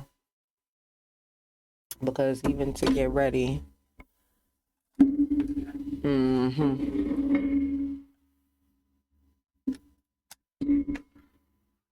Okay, let's get the finished reading. On the first day of the fast, family members of my family met in small groups in London, Atlanta, and Johannesburg. Some talked on the phone and others chatted on social media. 30 members gathered under a canopy in my parents' yard with tears in his eyes. My father explained that in Ogogo's day, selling and sacrificing human beings was common practice.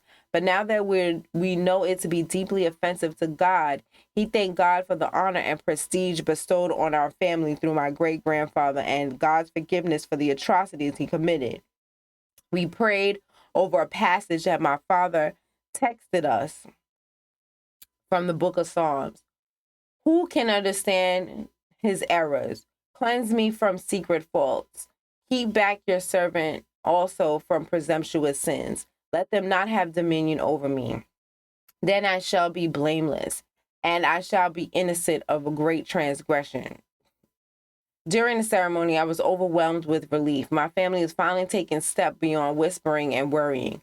Of course, nothing can undo the harm that Ogogo caused, and the Ohu, who are not his direct descendants, were not invited to the ceremony. See, they didn't even invite the people that they wronged to this ceremony where they just want to do some little something so they can say that they feel better about all the evil that they have done. They want to feel better. They want to be cleansed of the evil they did. Their mistreatment in the region still continues. Still, it is important for my family to publicly denounce its role in the slave trade. Our family is taking responsibility. My cousin Chidi, who joined from London, told me Chioma, who took part in Atlanta, we are trying to make peace and atone for what our ancestors did. On the final day, my relatives strolled along a recently tarred stretch of road to our local Anglican church. The church was established in 1904 on the land that Ogogo donated. Inside, a priest presided over a 2-hour prayer session. At the end, he pronounced blessings on us and proclaimed a new beginning for the Nuwabani family. After the ceremony, my family members discussed making it a yearly ritual. This sort of thing opens up the mercy of God, my mother, Patricia, said. Their evil past, the more cleansing, Patricia said, people did all these evil things, but they don't talk about it. The more people confess and renounce their evil past, the more cleansing will come to the land. So again, they're not concerned with apologizing to the people that they're wronged. The people in Nigeria, the old who's and the old who's, much less us. They're not concerned with that at all.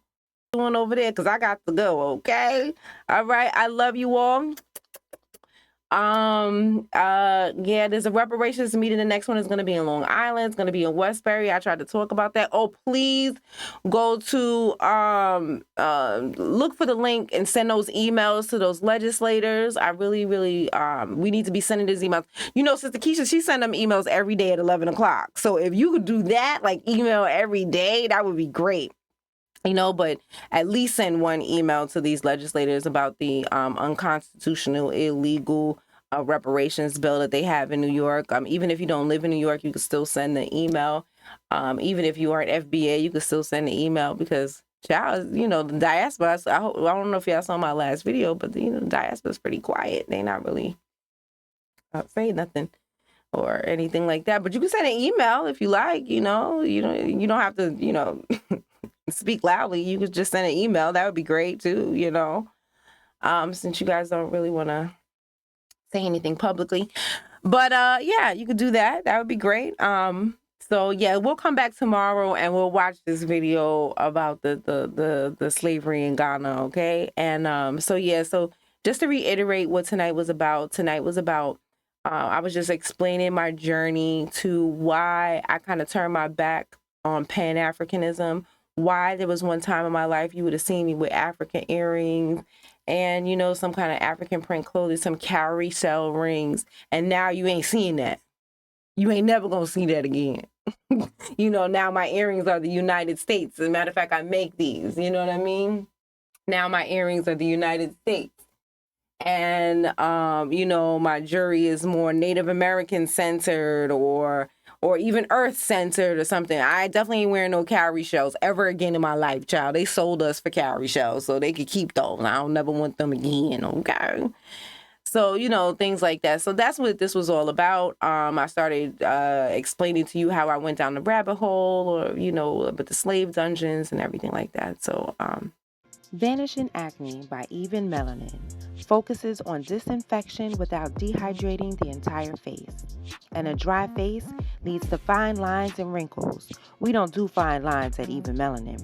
Not only is it pH balanced to skin's natural antibacterial levels, its low pH creates the optimal environment for my 5 favorite ingredients: collagen, retinol, vitamin C, hyaluronic acid, and caffeine. The Vanishing Acne set offers max hydration without clogging your pores, supplying all the sustenance needed for a healthy skin, from the epidermis to the dermis. Vanishing Acne at evenmelanin.com. Before, after. So let's get started. So yeah, so we are continuing with our researcher from Ghana, who is going to go into some of the oral histories that she was able to collect in Ghana about what people remember of slavery. So let's just get right into it.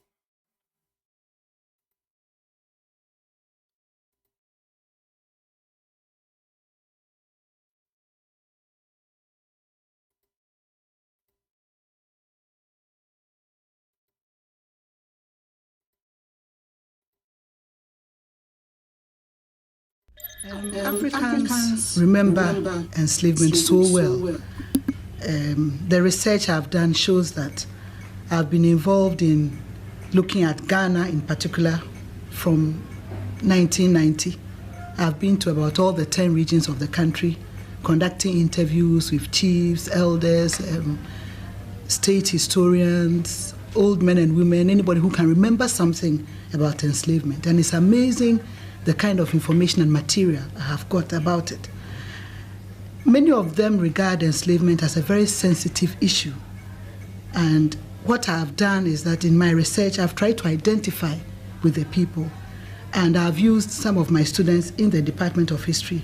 And I've always warned my students that I would want students who come from the area to undertake this research. I don't want somebody who is spending holidays in the area, because a lot of people regard it as so sensitive that if they don't know you, they wouldn't disclose some vital information to you. Okay. What I thought was very interesting was the fact that she said that a lot of people know about what happened. It's just not talked about. But people know and they have history. And I want you to keep that in mind as we hear so many people talk about, oh, I wasn't taught. I didn't know. They remember. Their people remember. They have the stories of their family members, because you all these people being taken, like, you don't remember somebody, all these people going missing. You just, as a collective, the whole country just never worried about where these people went. So when they sit there and they talk about they don't know, they never learned, they remember.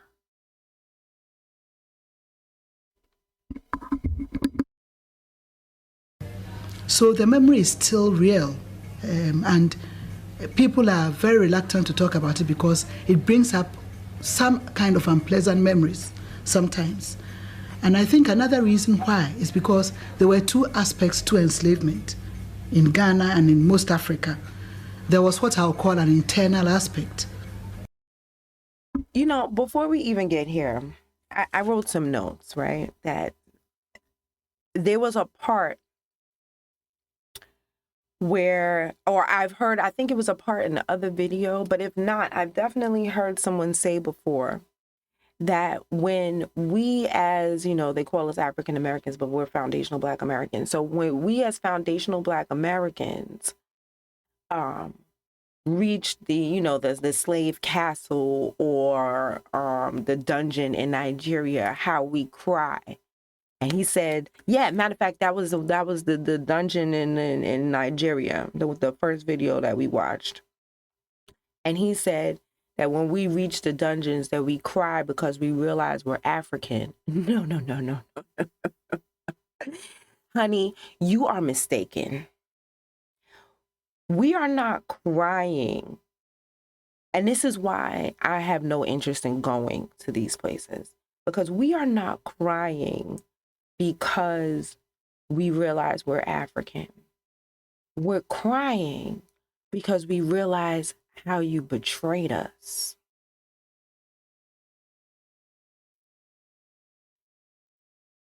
We're crying because we realize how deep y'all was really involved.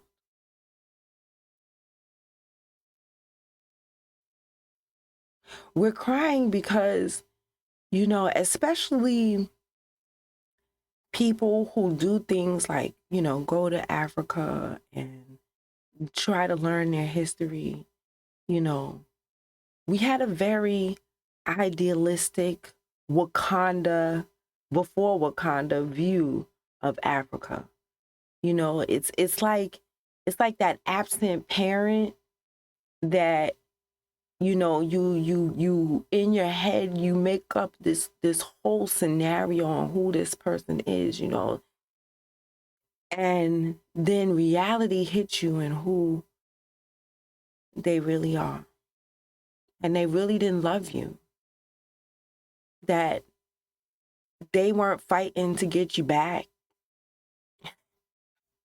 This is a very accurate analogy. They weren't fighting to get you back. They wasn't looking for you. They wasn't putting posters around the neighborhood trying to find you. As a matter of fact, it's like having a crack mama who sold you for crack.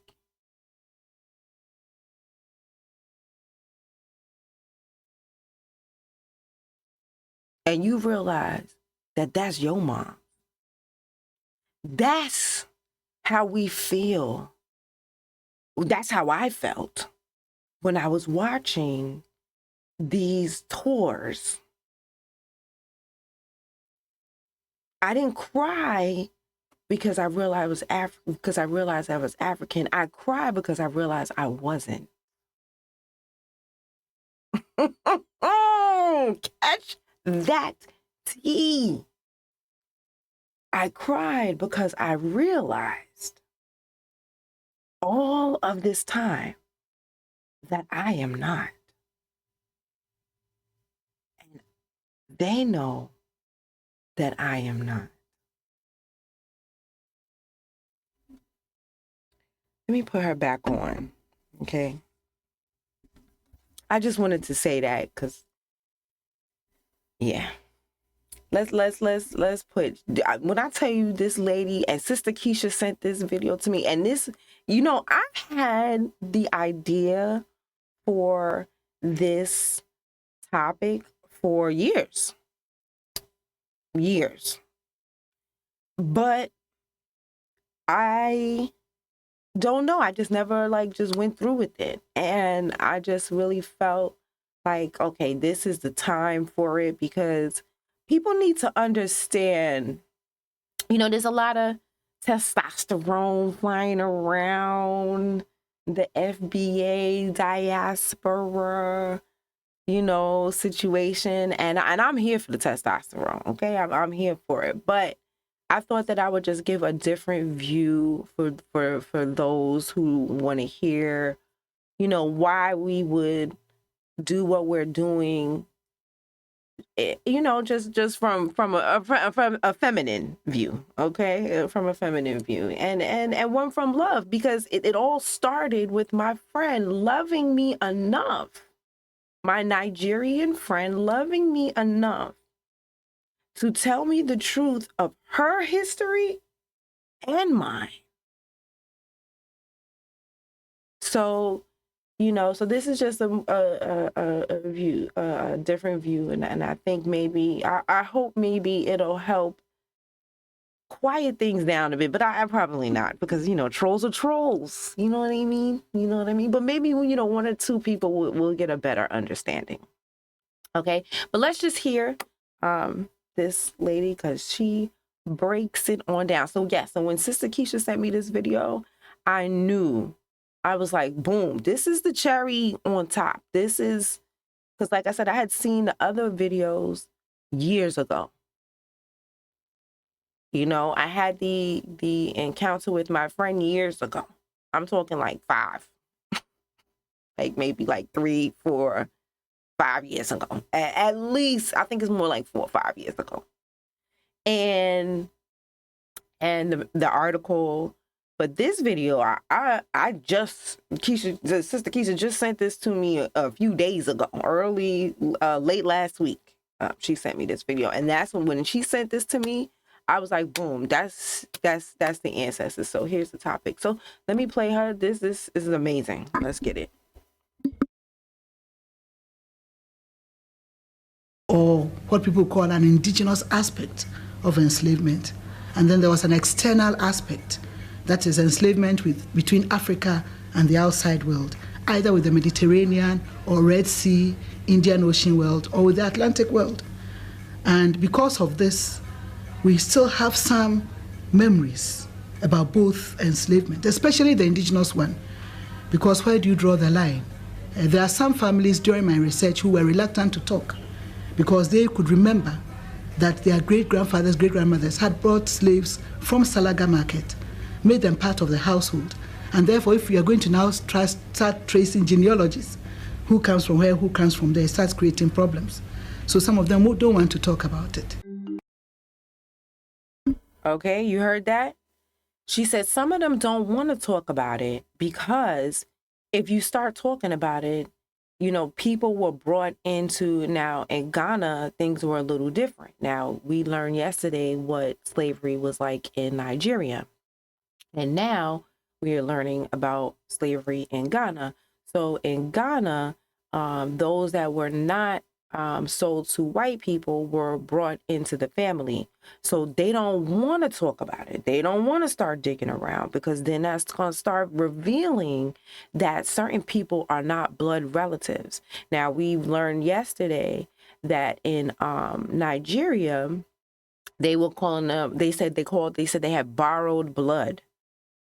So, but in Ghana, it's a little bit different. So they don't really want to talk about it. So this is part of the reason why, everything is hush, hush. Because it doesn't just affect the diaspora when it comes to slavery. It affects, they have remnants of slavery still in the country. And they don't want to kick that dirt up. Let's keep going.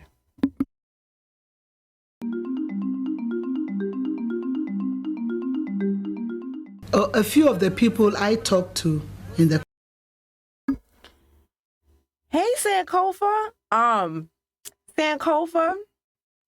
So the young lady that I talked about, the Nigerian young lady that I talked about in the beginning, you know her. Because of my research, could remember that there was a loss of people, loss of population. Those in the northern part of Ghana, for example, claim that there are still parts in Ghana right now which are desolated because of enslavement. And they could recall raids and wars, kidnapping, and so on.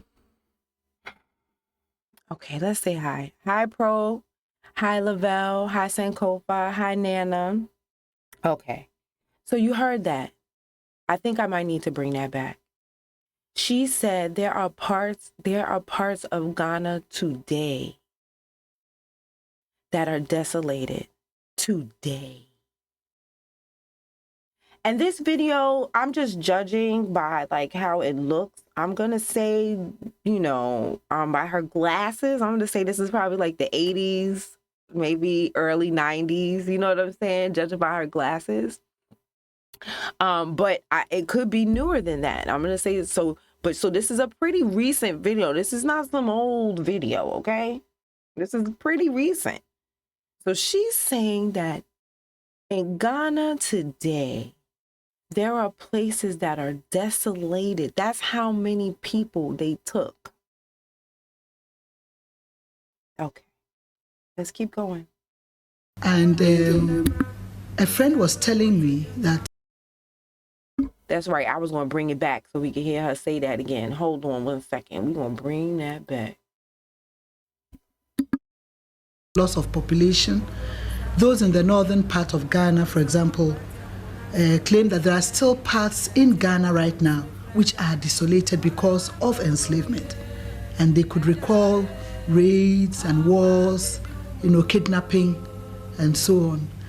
And a friend was telling me that in a certain part of the northern country, a place called Sandema, every year when they have a festival, they bring out certain artifacts connected with enslavement.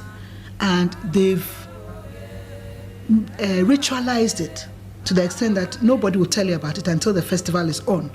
And then you find them bringing chains and bangles and so on, and virtually worshipping them in memory of what they went through during enslavement. And that was an area where there was a lot of slave raiding going on, slave kidnapping during the period of enslavement. And then on the coastal parts of the country, there were a few cases of depopulation.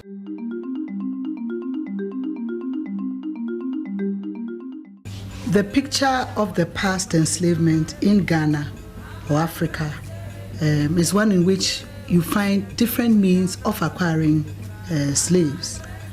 I can identify about 5 major means of acquisition.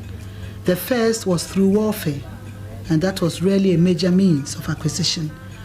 Now, I don't think we want to enter into that debate whether the wars were fought because of enslavement or enslavement was incidental to the wars, because there is still a disagreement.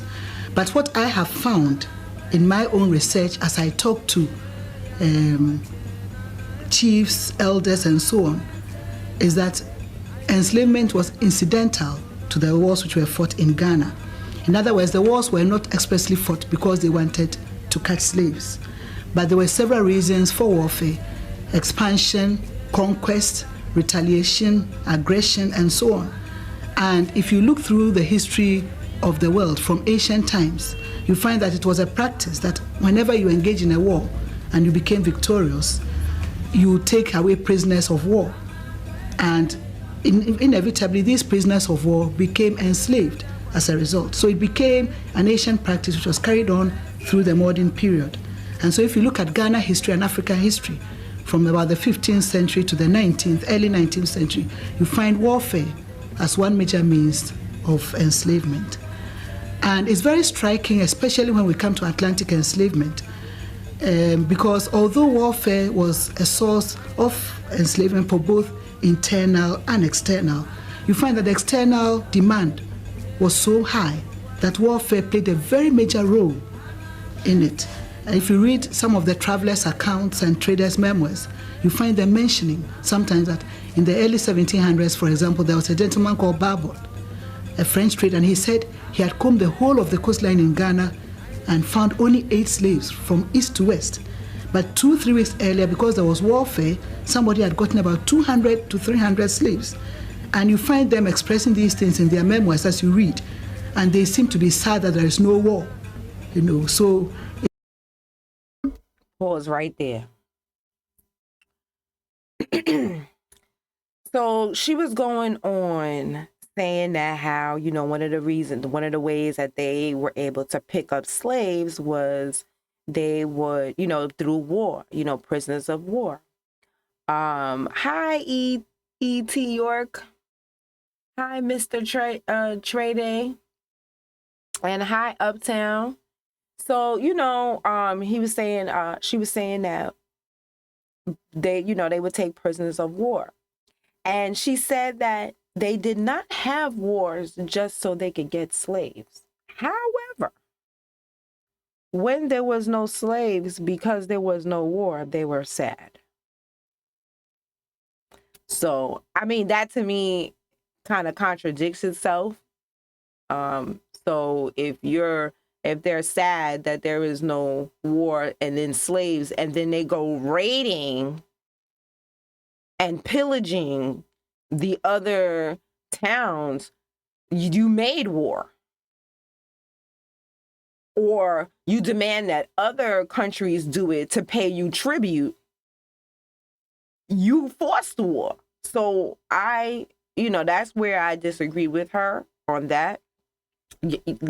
That statement to me contradicts itself. That doesn't make sense. If you can't, it doesn't make sense. I'm just explaining it. So we don't need to do it again. Let's press play. It created a very major means of providing slaves. So the first was warfare. The second major means was what I'll call direct purchase. There were several markets scattered throughout the continent and different parts of the country where people could go to and buy slaves. Now, I've realized as I've researched about the slave markets that people did not go, the markets were not solely for slaves, but there were other items also being traded in. But as you enter the market, you find places for foodstuffs, places for household wear, etc. And then you find perhaps a section of the market also devoted for a trade in human beings. And I've been amazed in the course of my research to find that I've discovered at least about 35 of such slave markets in Ghana alone. So you know how like in South Carolina, in New York, in New Jersey, well, in all the United States pretty much except for the West, just because, they weren't really out there at that time, had slave markets. Well, they had slave markets in Africa, they didn't just, have it where you, where they're raiding and prisoners of war, and then they take you and sell you to white folks. No, there were slave markets within the towns. So, I think the one in Nigeria, I don't remember how many they said. I want to say something like 70, they said, but we'll just watch the earlier video. And I think they said 70 slaves, and then the 70 markets. And then here she said they had 35 markets that she knows about. And these are just the ones that they are able to find that they're honest about. And every region in Ghana had at least 2 or 3 slave markets. And what is significant about this is that with respect to the indigenous enslavement, the ordinary person could go to any of the markets and buy a slave or 2 for personal use. She said every town had about 2 slave markets, and that you could just go and just buy a slave for personal use. You know, just regular juggler. And so the markets were the commonest source of acquiring slaves so far as the indigenous system was concerned. It also helped the external system, but warfare was the major source for the external system. And the markets was the commonest source for the ordinary person who would go to the market, depending on your demand and your personal requirement, to buy 1 or 2 or whatever number of slaves you wanted to buy. So that was the market source. And then the third source was through what I'll call raids and kidnapping. We find that different states in Ghana, the kings and chiefs would go to their neighbors and raid or kidnap people and enslave them. There was one particular state in Ghana called Akwamu, which was noted for this. In the 18th century, 2 of their chiefs organized bands just to raid and kidnap for the Atlantic enslavement. And there were reports that different parts of the coast in Ghana were also involved in raiding and kidnapping. And then the northern part of Ghana was also noted for a lot of slave raiding and kidnapping during the period of enslavement. So that was the third source.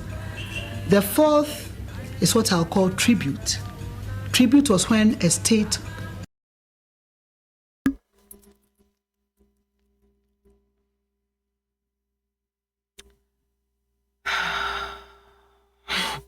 Let's say hi. Hi, Joan. Hi, Nubian. Hi, OG. Hi, Dawn. Hi, Young Fetty.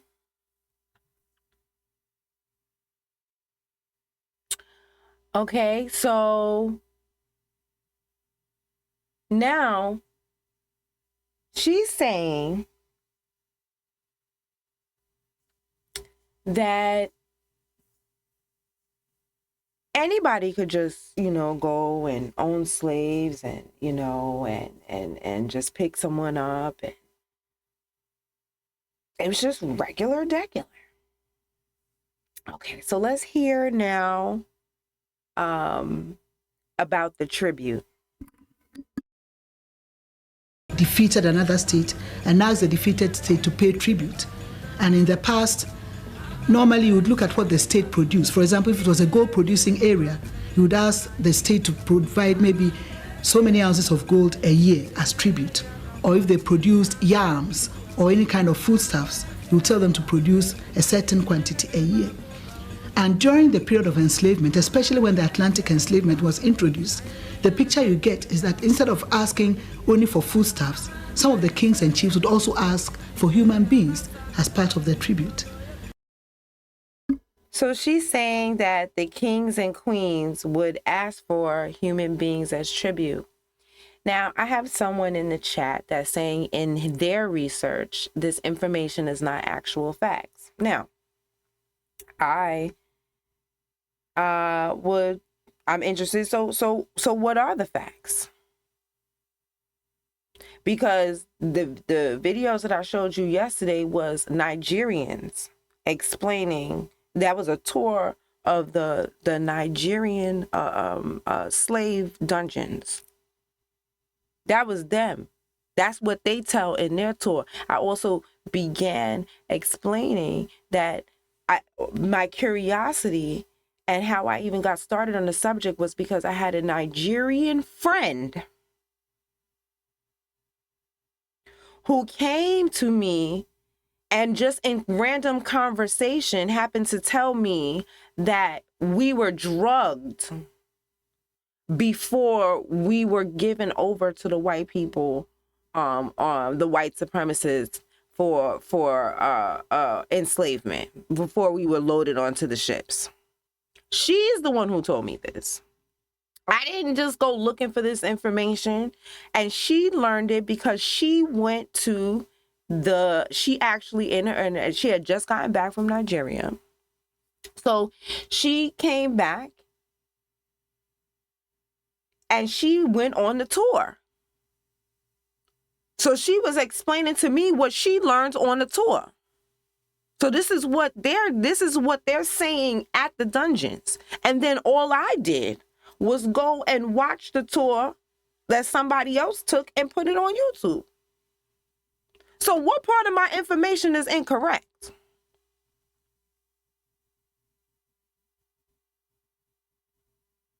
Crickets? Let's continue.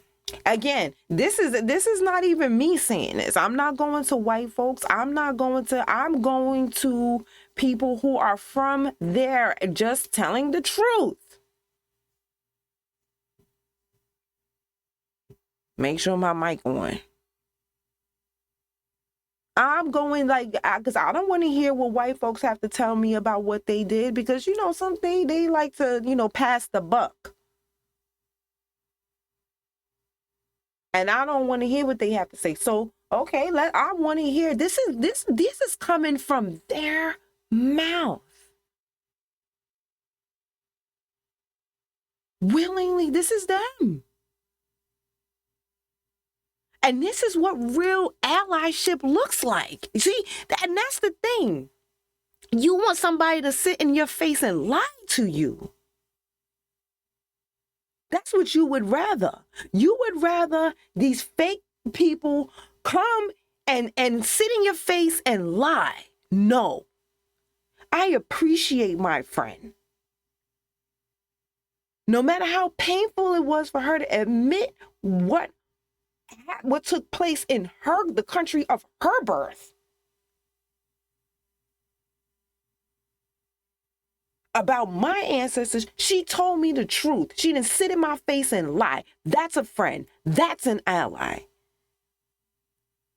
So whatever research of people sitting there and in your face lying to you, pissing on your head and telling you it's raining, if you like that, you handle that.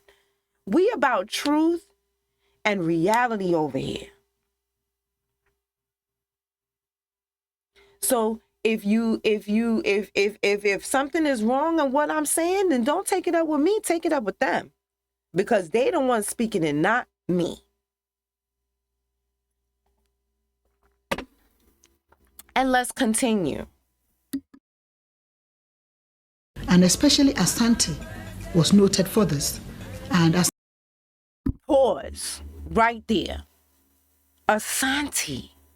You know how many little Black American girls named Ashanti?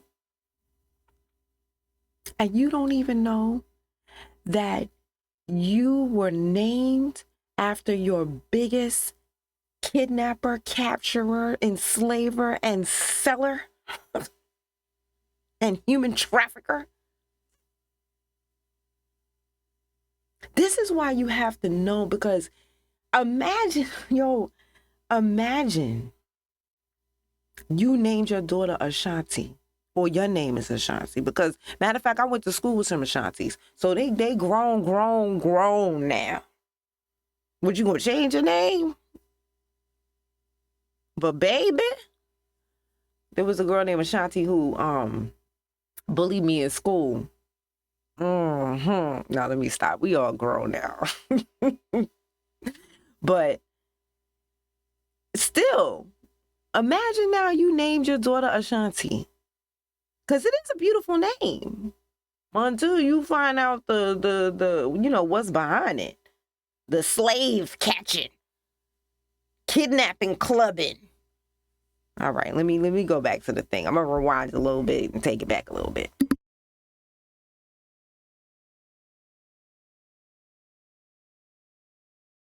In the past, normally you would look at what the state produced. For example, if it was a gold producing area, you would ask the state to provide maybe so many ounces of gold. So she's talking about, what the kings or the chiefs would ask for in tribute, okay? A year as tribute. or if they produced yams or any kind of foodstuffs, you tell them to produce a certain quantity a year. And during the period of enslavement, especially when the Atlantic enslavement was introduced, the picture you get is that instead of asking only for foodstuffs, some of the kings and chiefs would also ask for human beings as part of their tribute. And especially Asante was noted for this. And Asante, for example, would ask Salaga for about 1,000 slaves every year, would ask some people from the coastal parts, Fante, Ga, to provide maybe another 500 or 300 slaves every year. So tribute was another means of... Asante would demand, because she's saying ask. It sounds like a demand. Hi, Young.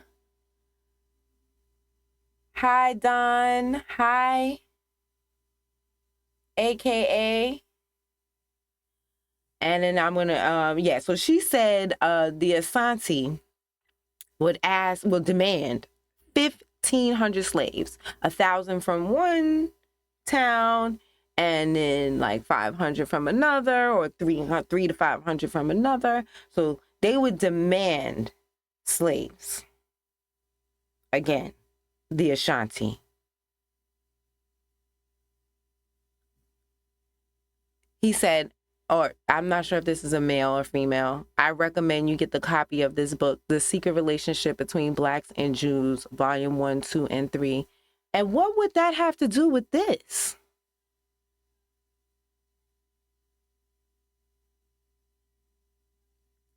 Okay. We're going to keep going because we're not going to allow people to derail us. Okay? So let's keep going. Enslavement. And the last means, I talked about 5 means. The last is what I'll call minor sources of enslavement. For example, if somebody owed a debt, he couldn't pay, he could be enslaved. Or somebody was convicted of a crime, he could be enslaved. Or sometimes through deception, people could be enslaved through deception. But these were very, very small instances of enslavement.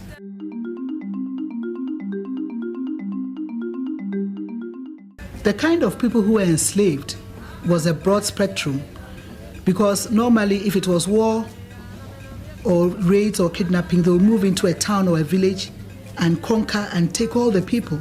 And when you read the documents, you find statements like they've dragged all the men, women, boys and girls away. Sometimes you find that they've left the older men and the older women, but they've taken the young boys, the girls away.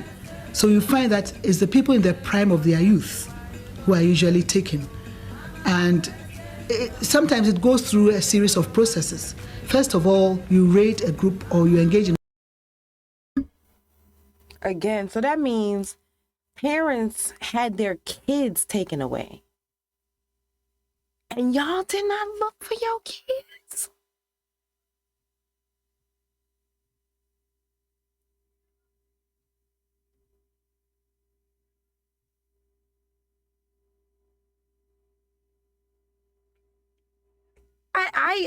I'm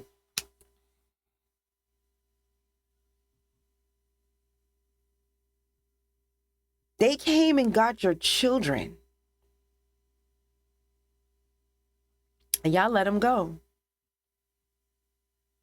And now you want me to come back?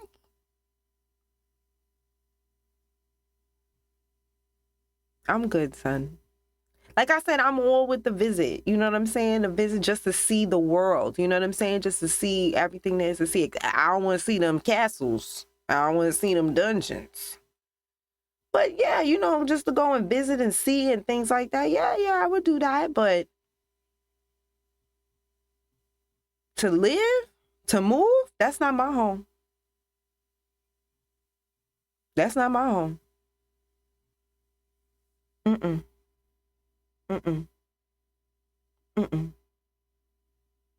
Warfare, you bring en masse to your home, that is your capital, thousands of prisoners of warfare.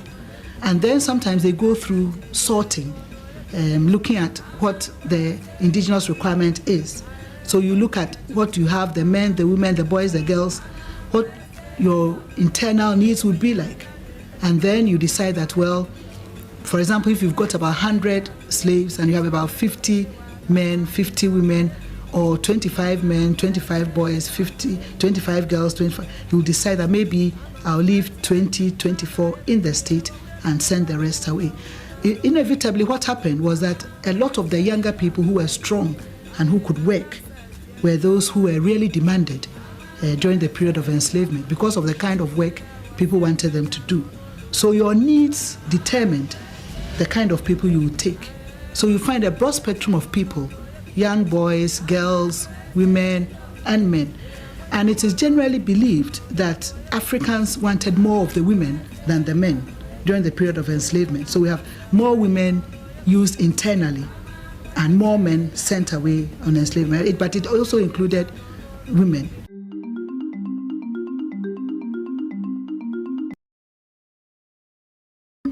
So I just thought that was interesting. She said that inside Africa, internally, women were more valuable, but as externally, when they were exporting them, the men were more valuable. Obviously, and Nana says, have I done the research? Obviously, I'm here showing you the research, okay, that I have done and other things that I've also learned. But these are just things that I actually have videos on. Look, hun, if you have something that you would like to dispute, then post the facts. You're posting titles of books, but I'm not going to look up the book right now. So post the fact. What exactly am I saying that is incorrect? Dispute that. This is what was happening in Africa. Not what was happening in Europe, not what was happening in America, not what was happening in Spain or Portugal or anything like that. This is what was happening in Africa. These are first-hand accounts. This is oral tradition, memory of what happened. Now, if you do not want to specifically talk about exactly what you're saying is incorrect, I am not going to address you anymore. You keep derailing my conversation, and I've had enough. So that's that. I'm not going to just, and like I said, if you don't want to post the actual fact that you would like to dispute with your fact, I'm done addressing you. Okay? And we're going to keep going with tonight. All right? All right. Okay. I'll see. Oh, this topic brought the trolls out. I'm not really used to like having a bunch of trolls. You know what I'm saying? But this topic really brought the trolls out. You could be mad. I really don't care. And like I said, if you so mad, what you mad at me for? I'm not the one saying it.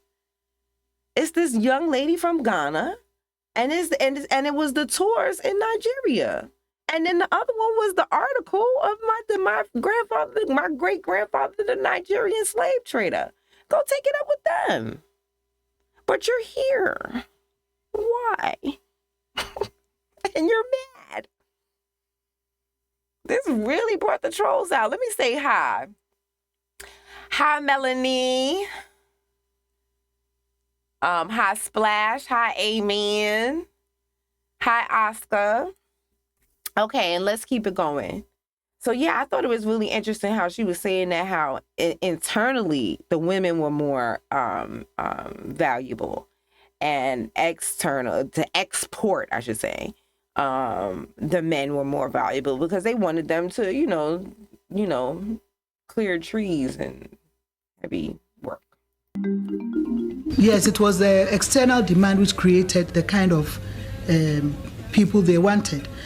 They wanted both men and women, but the preference was for men because most people wanted them to work in the mines, to work in the fields, and to do what people call the hard back-breaking work. And normally they felt that it was the men who were stronger to do these things. So it was more of an asset to have men than women. And interestingly, as I go through this research, I found that for the Atlantic enslavement, the prices of men were usually higher than women. And for the internal enslavement, the prices of women were higher than men. So if you went to the slave markets, for example, you find that if there are men and women, the prices on women were always higher than the men because of the internal demand. And when the slaves moved to the coast to be shipped across the Atlantic, the men would put a higher price. The European and American merchants would put a higher price on the men than the women. And so that was the nature of the work determined the men and women you wanted, or the boys and girls you wanted.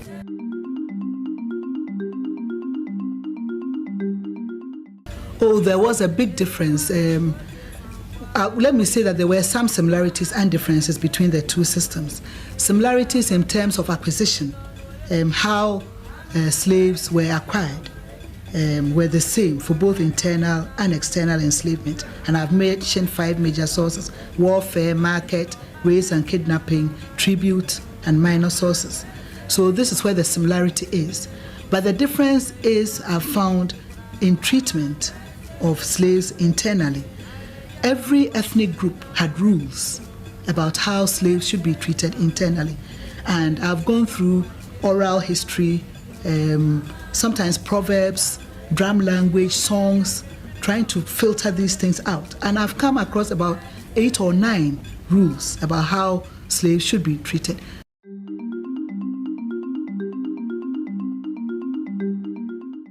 Well, because enslavement covered the whole spectrum of people, there were some who were farmers, who knew how to till the land. There were some who were artisans, craftsmen, iron workers, goldsmiths, could work in gold. There were some who could weave baskets. There were some who could make pots. And there were some too who were fishermen, who were on the coast fishing. There were some who were hunters, who could hunt. And there were some who were traders, who knew how to trade. So you had this broad spectrum of people being sent away. So there, people like to say that, like that it was all like prisoners, and, in Nigeria, they really, stereotyped the people that they had enslaved as, as criminals. And in here in Ghana, they were the best of the best. Gone. Just not there one day. And of all ages. So, she's saying that they did everything. You know what I mean? So let's keep going. On the Atlantic enslavement. And right now, people are still lamenting about the fact that Africa's development has lagged behind, partly because those who were biologically strong and economically productive were those who were sent on enslavement. So industry... I see the fire emojis. Okay? So you heard that. She said that so these are conversations that they're having. Okay? So when you're sitting there and they're having all these beefs on Twitter, and these trolls are coming in and they telling us how, they calling us cotton pickers. They calling us bullet bags. They calling us all kind of crazy things. But internally, these are the conversations that they're having. The fact that they know that they are behind. And they know part of the reason that they're behind is because they shipped out all their talent. They know that we were the best and the brightest, and they shipped us out. And that's why they know. So in Nigeria, they feel they're cursed. In Ghana, they're a little bit more scientific about it. They're like, look, the actual, people who did the work is gone. We don't know how to do anything but sell people. We don't know how to do anything but betray people. Because she's going to go into that. Let me let her keep talking. Trade, agriculture dwindled or came to a standstill in Ghana and Africa, while these skills were being transferred outside to help those outside.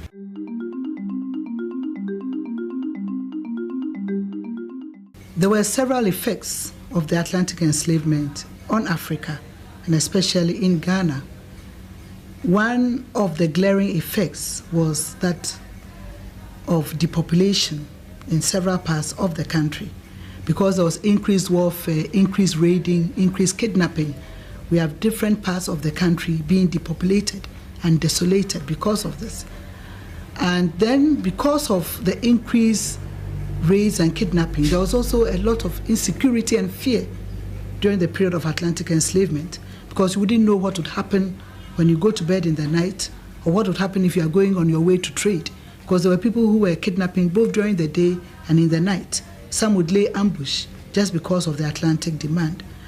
And the Atlantic enslavement also affected family ties and social relationships, because people could be enslaved through deception, and that was not a pleasant idea at all.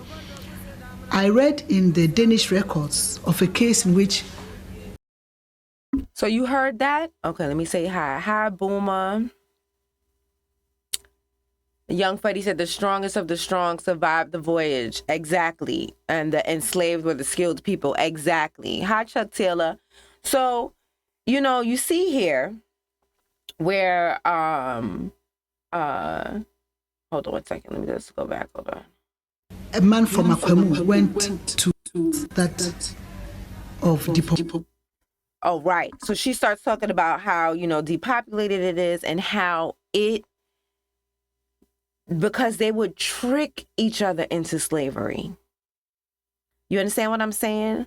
Like, let's say you had somebody that, you know, that owed you money, you know, like whatever it is, you could get back at somebody just for any little thing by selling them into slavery, you know, whatever it is. So it bred mistrust in the country because the betrayal was so in the cake. You understand what I'm saying? Like, because once you start betraying some people, like how can you trust that when you just see somebody sell somebody else into slavery, how can you trust that they wouldn't do the same thing to you? And so she's saying that, like, what this did psychologically to the people who were left behind, who were not kidnapped, and who did not look for their family members, and who did not go front and looking for them because they probably the ones who sold them. Population in several parts of the country, because there was increased warfare, increased raiding, increased kidnapping. We have different parts of the country being depopulated and desolated because of this. And then because of the increased raids and kidnapping, there was also a lot of insecurity and fear during the period of Atlantic enslavement, because you wouldn't know what would happen when you go to bed in the night, or what would happen if you are going on your way to trade, because there were people who were kidnapping both during the day and in the night. Some would lay ambush just because of the Atlantic demand. And the Atlantic enslavement also affected family ties and social relationships, because people could be enslaved through deception, and that was not a pleasant idea at all. I read in the Danish records of a case in which a man from Akwemu went to the Danish fort at Osu and wanted to buy some goods. And after looking at all the goods in the warehouse, he indicated that the Danish people had so many beautiful goods, but he did not have money to pay for these goods. And then he decided. You notice she called the place Osu. And when we were reading that article about my great-grandfather, the Nigerian slave trader, she called people Osu. And this woman is calling it a place. That I found that to be very interesting. You know, maybe there are some Ghanaians or Nigerians who could explain that for us. Decided somehow that he was going to exchange his wife in return for these goods. So he made an arrangement with the servants in the castle and told them. So you heard that. So she said that this guy, he decided, okay, I want to buy all this stuff, but I don't have no money to pay for it. So I'm just gonna give them my wife. So he making arrangements on how he could set his wife up so he could buy things, mirrors, probably mirrors and cowrie shells and tea kettles. Nonsense. That he was going to do this. About an hour or two later, he came with the wife, and they went through the warehouse selecting the goods. And you know how women are so excited about buying things. She bought all kinds of things, not knowing that she was going to be exchanged for the goods. So when they finished taking the goods, there was a scuffle between the Akwamu man and the servants. It was an arranged scuffle. And then they chained this woman and took her away. And there were several cases of this kind of deception. So if my husband could do that to me, then I couldn't even trust my husband because I wouldn't know what would happen next. And there were cases where, during court cases, where previously in the indigenous enslavement, somebody would be asked to pay a fine for an offense committed. Because of Atlantic demand, instead of a fine, the person would be sold into slavery. So it affected. So you see how they use their justice system. They use their justice system to feed the transatlantic slave trade. You know, little things that would have normally been a fine, they're like, oh no, we're gonna send you to slavery.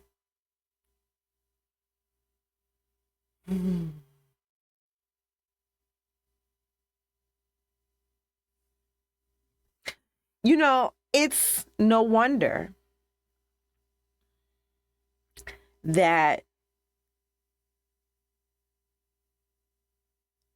we are the only ones who fight the way we do. Because look at what was being done over there. I'm not trying to be like, honestly, I'm really not trying to be mean or anything like that, because like I'm from New York. I got friends from everywhere and I really don't want to be mean. But truth be told, it's like, this is, it's hard to comprehend this. Just like now, when we're in here in the States and we're watching Eritrea and Ethiopia going at it, like, why? You know, like this, ain't y'all got big, don't y'all got bigger fish to fry? And then, so like, this is very similar, because you sit there and you like, yo, their justice system was so corrupt that they would sell you into slavery for the rest of your life for a fine.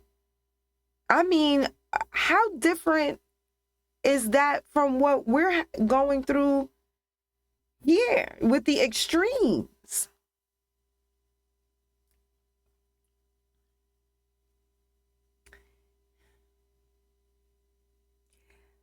I see why people don't feel like what we go through is a big deal.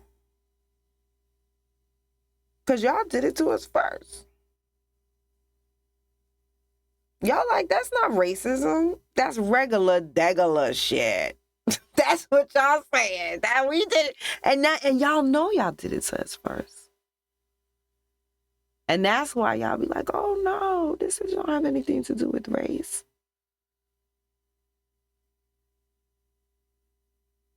Well, we gonna fight here. I don't know what to tell y'all to do over there. I don't know what to tell y'all. But we gonna fight here. And or because even still though, because it's still white supremacy, because y'all still was working with white supremacists to do it.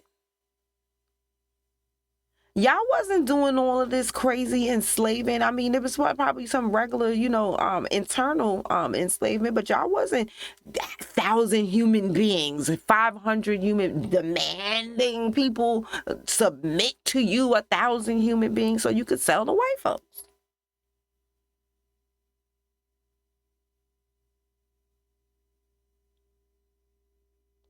So they was the one behind it.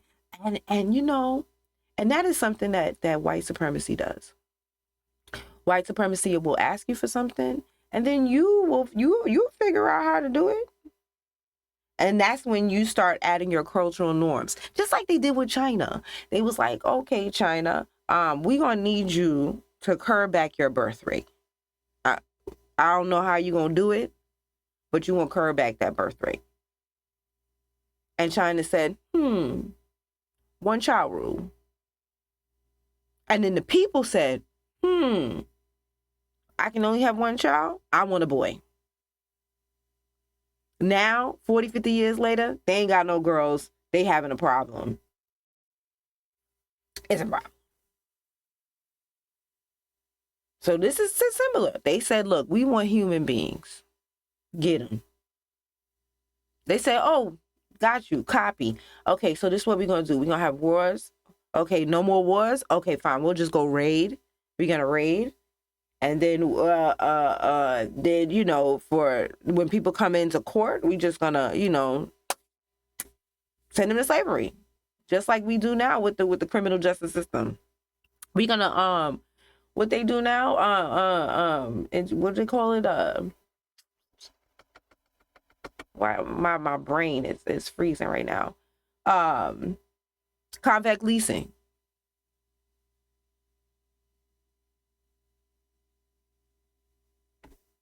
Press play. Justice, even the administration of justice. And there were some cases where kings and chiefs could even enslave their brothers because instead of asking the person to pay a fine, you would send him to enslavement. There was this case in Commander where the king enslaved both the brother, the wife, and the children because she said he enslaved the brother, the wife, and the kids. So let's go back to what she said about how that affected them psychologically.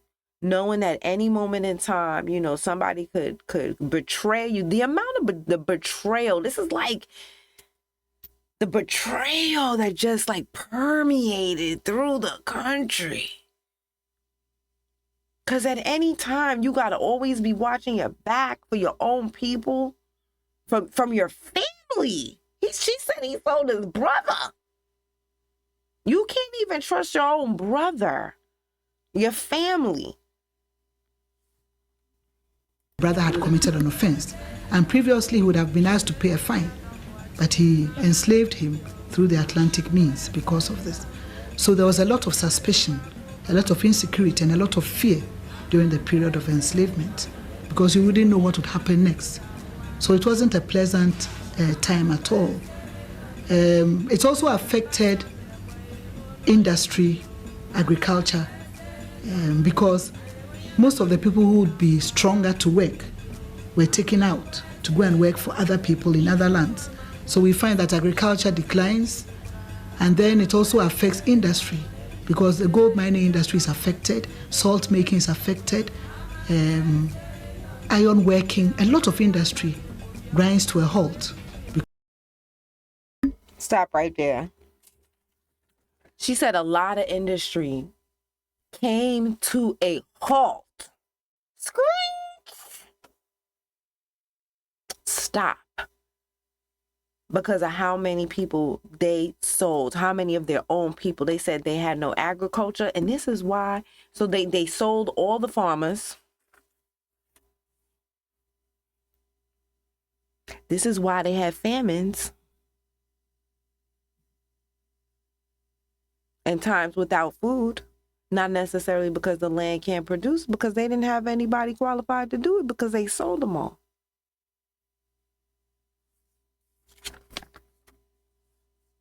They had nobody to work in the gold mines. Could this be why the white supremacists were able to come over and take over, acquire, move in, and swipe your gold mines right from underneath you? Because you sold all the people that would have been there to protect it? To protect it? To mine it? To smolt it? To the artisans to turn it into something? You sold them all. Salt mine. Y'all ain't even had no salt for the food. As hot as Africa is, you need salt to keep things fresh. Or everything spoils.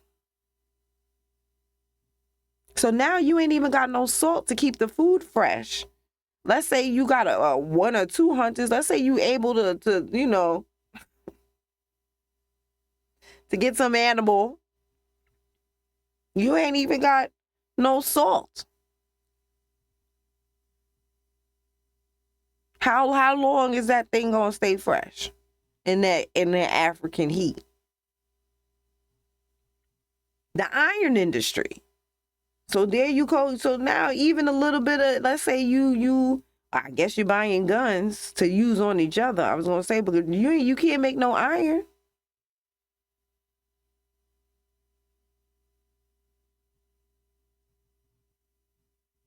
So when people sit there and they talking about, you know, how we couldn't do nothing. Oh, isn't it interesting how in America, though, agriculture was booming. In America, when the gold rush was happening, it was booming. I don't know if we got any salt mines here. I don't know about that one. But I know that iron industry booming.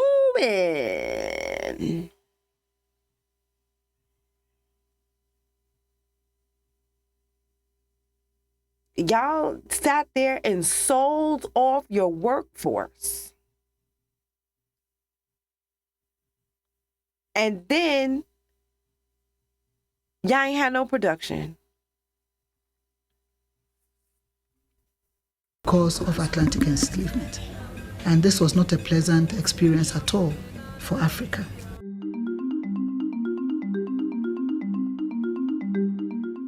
There was this story which happened around the 17th, early 18th century in Accra, where there was a man from Akwemu who went to the castle, Atosu, the Danish castle, and wanted to buy some goods. And he looked through the warehouse and told the Danish governor, oh, you have so many beautiful goods, but I don't have money to pay for them. And then something went through his mind. He decided that he would exchange his wife for the goods. So he agreed with the castle servants that he would bring his wife and exchange the wife for the goods. So in about an hour or two, he came back, went around with the wife, picking all the goods in the warehouse. And you know how women are so excited about shopping and buying. This woman picked all kinds of goods. Then as soon as they finished, there was a pre-arranged scuffle between the Akwemu man and the servants. And the woman was chained and exchanged for the goods. So this kind of deception, if a man could do that to his wife, then it meant that during the period of Atlantic enslavement, you could not trust anybody. You could not trust your husband because you didn't know what would happen. You know, so this was a period of real mistrust, suspicion, and fear.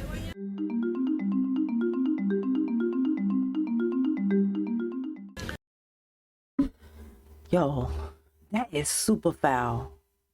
Imagine your husband take you shopping. Your husband takes you shopping.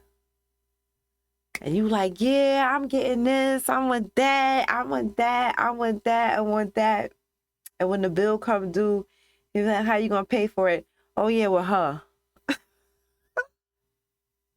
And they bring out the chains for you. Yo, and then, like she said, like, all the people that heard about that, you can never trust that person again. Child, bye. Oh, my God. Like, that, yo. So, let's press play. Guns and gunpowder played a very important role in Atlantic enslavement, especially from 1650 onwards. And this is where you find the impact, because if you look at what was happening during the Atlantic trade, 15th, 16th century, you wouldn't find so many people being enslaved. The numbers were few, and the warfare was not so rampant or insistent.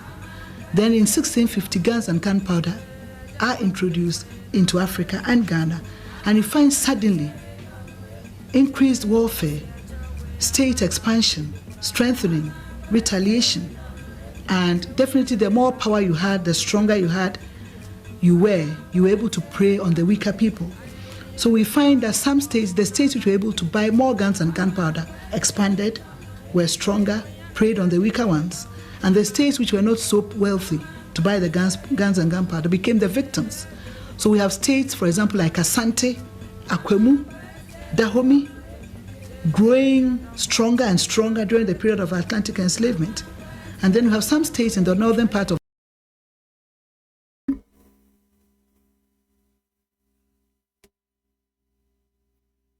Pause right there. She said the Ashanti, the Akwemu, and the Dahomey, because they were able to buy guns and more guns due to their involvement with the slave trade, they were able to prey on the weaker cities or towns. And they just got bigger and bigger. Now, I want you to think, though, about the fact that, like I said, these are the tribes that I've never heard of the Akwemu tribe, so I'm not going to say about that. But the Dahomey and Ashanti, these are the tribes that they be over here, pumping to us that we should be proud of. Okay, let me say hi. Hi, Tarnpoo. Hi, I said hi to Tuck Taylor. Hi, Bamba. Hi, Ms. Voles. Hi, Angel. So, these are the tribes that didn't they just have that movie? Was it the Woman King? Wasn't that the Dahomey tribe? These are the tribes that they try to tell us that we should take pride in, and these were the major players in the slave trade. The diabolicalness. They be having us damn near worshiping, wanting to be a part of our own enslavement. And that's why you have to know stuff. That's why you have to know stuff, because you don't want to get played like this. Because like I said, I know people name Ashanti. I can't imagine finding out that my name was the name of the people who sold us. Not just sold us, who kidnapped us, sold us, and put voodoo on you to make sure that you're sold and come back. Oh, child.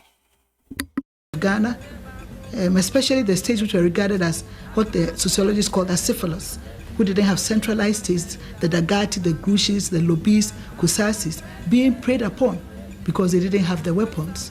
So guns and gunpowder was a very important phenomenon during the period of Atlantic enslavement. The more guns and gunpowder you had, the stronger your base, and you could launch any attack because you were more powerful. Because at that point, those in some states in the northern part of Ghana were using bows and arrows. So if I had a gun, it would work faster and achieve much more than the person who had bows and arrows. So the people in the north were real victims during this period of Atlantic enslavement. You know what just hit me when I was watching that? When they be sitting there talking about how and calling us bullet bags,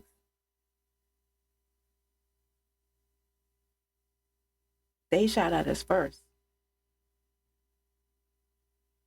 When they sit there and they talk about how we're gangbangers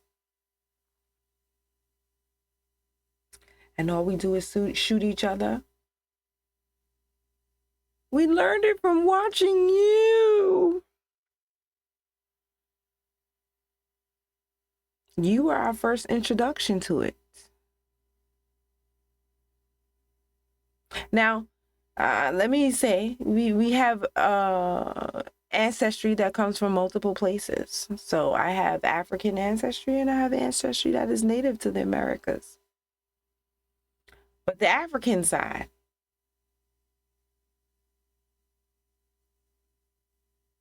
their first encounters with guns was with you. You was banging on your own set. You, everything, y'all. And this is not all Africans, but everything that the troll Africans have to say about us, it looks like that's your history. You were the gangbangers. You were the ones that was pillaging and raping and stealing and trafficking and selling, and you all at the with the barrel of a gun. You.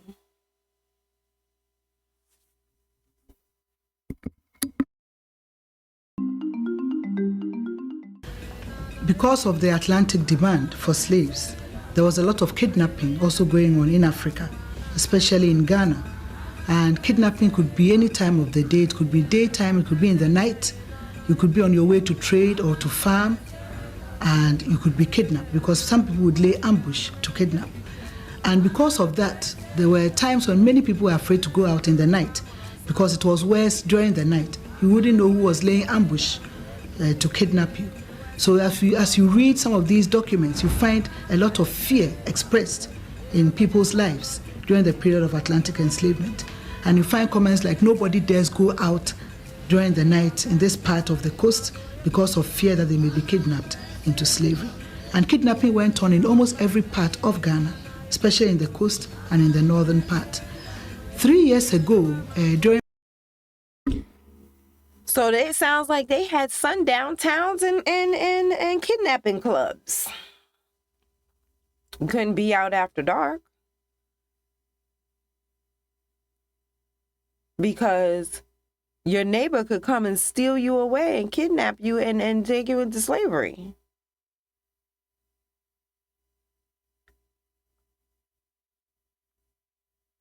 my research, I was talking to somebody in one of the archives in Brongahafu called Sunyane, and I was talking to him about my research and what I was doing, and then I mentioned kidnapping and so on, and then he said my grandmother was kidnapped into enslavement. And I was surprised, and I said, tell me more. And he said, my grandmother said she remembers very well that they were in a rice field in the northern part of the country, and they were working on the rice farms when Samori's men came and kidnapped them. Now, Samori Turi was one of these people who tried to build a large African state in the northern part of Ghana and parts of what is today Burkina Faso. And by doing that, he also got involved in a lot of slave raiding and slave kidnapping. And he said she remembers very well Samori's men kidnapping a number of them when they were busy.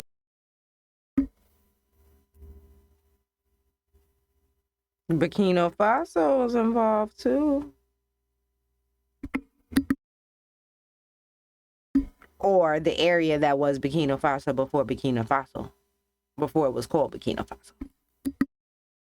On the farm and bringing them to Ghana.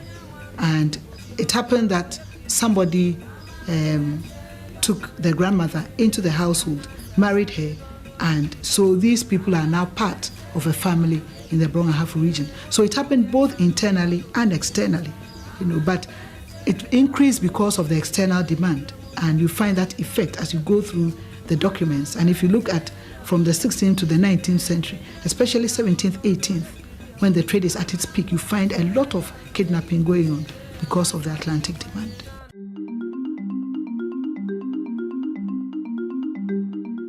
Yes, you have songs, drum language, both from the state and from families. Some families remember loved ones they've lost. Some of the states also recount, especially when it becomes a state affair, maybe warfare or kidnapping or raiding, and you have a whole host of people being taken away. You find that some of the states record these in their songs. There's one song among the Ga in Accra where they mention that in the 17th century they've lost everybody, and it's a long song, and then they mention the different families, and then they mention the family and say, where are your boys and girls, men and women? They've snatched them all away. They mention another family and they say, where are all your men and women? They've snatched them all away. So those songs are also there. Then you find some of the... Again, so when they tell us that they have no knowledge of what happened to us, they know. They remember. It's hard. I used to ask, like I said, you didn't worry about your family where they went. Now, it is a little bit understandable if they took the entire family. So then there's nobody left to come find you. There's nobody left to look for you. There's nobody left. If they took everybody, the whole family, they got the mom, the dad, the kids, the dog, then that would make more sense. Because they saying that whole families is gone. Drum languages mentioning this. In fact, some of them not only mention the loss of people, but they also show where they come from. For example, in Asante, there's one drum language which says, Oto misrem, nananso to misrem empensa, which says that he bought me from the north. Nana, or the chief, bought me from the north for 3,000 kola nuts. So it also talks about how they were acquired and sometimes how they were treated. And then we have a lot of proverbs and sayings about how slaves were treated internally. And you get this from proverbs, you get this from songs, you get this from drum language and so on, about the treatment of slaves in the internal system.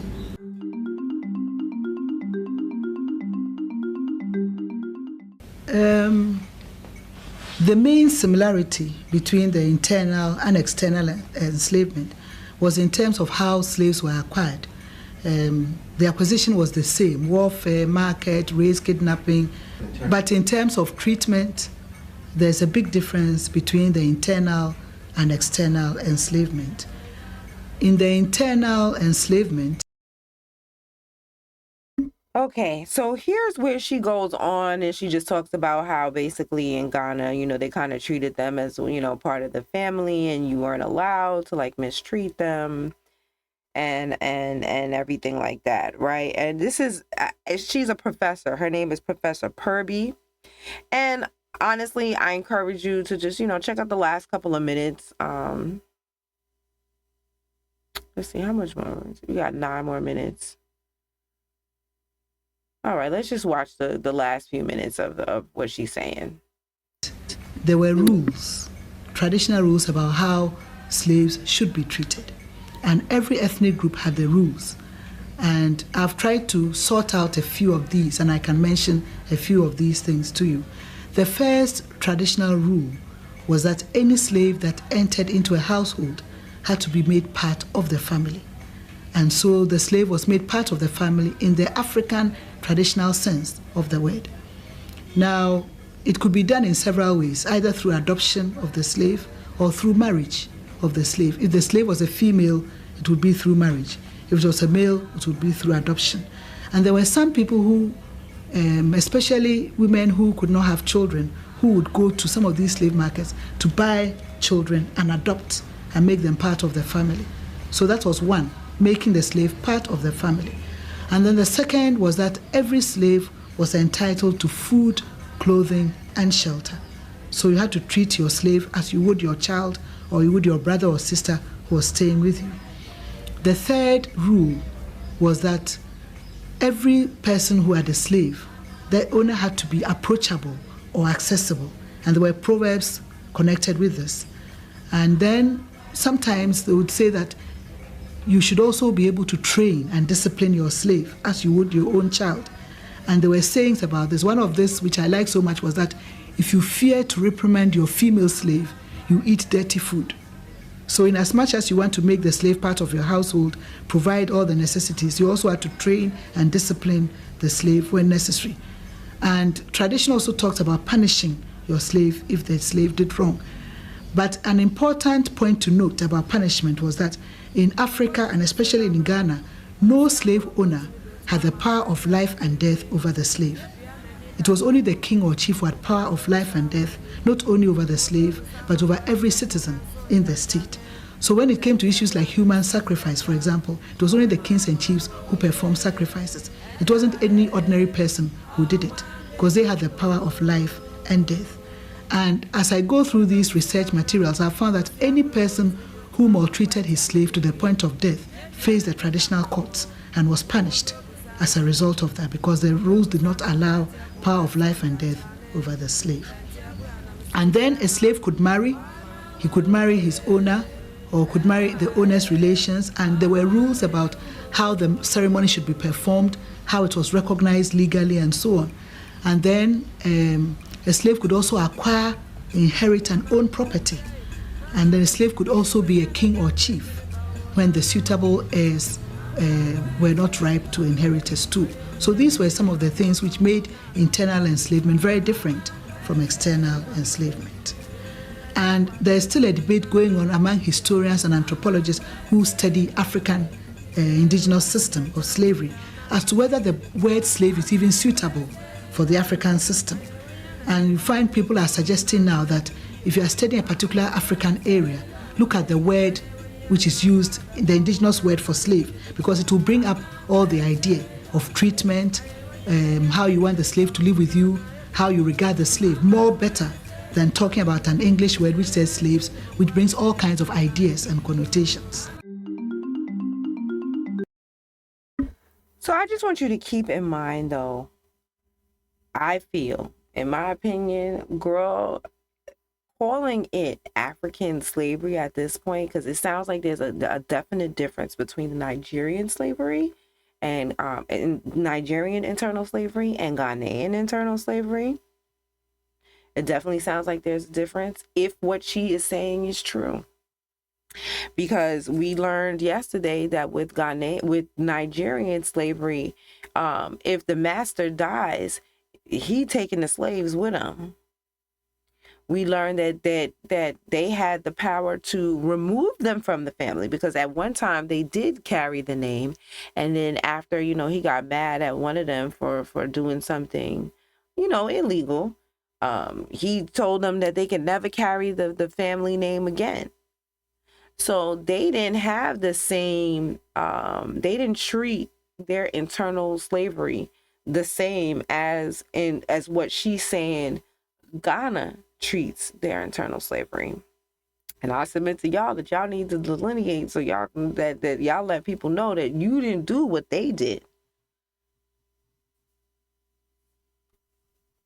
Or maybe y'all all did the same thing, because she said they would be different from African slavery. And that Nigerian slavery didn't sound too much different.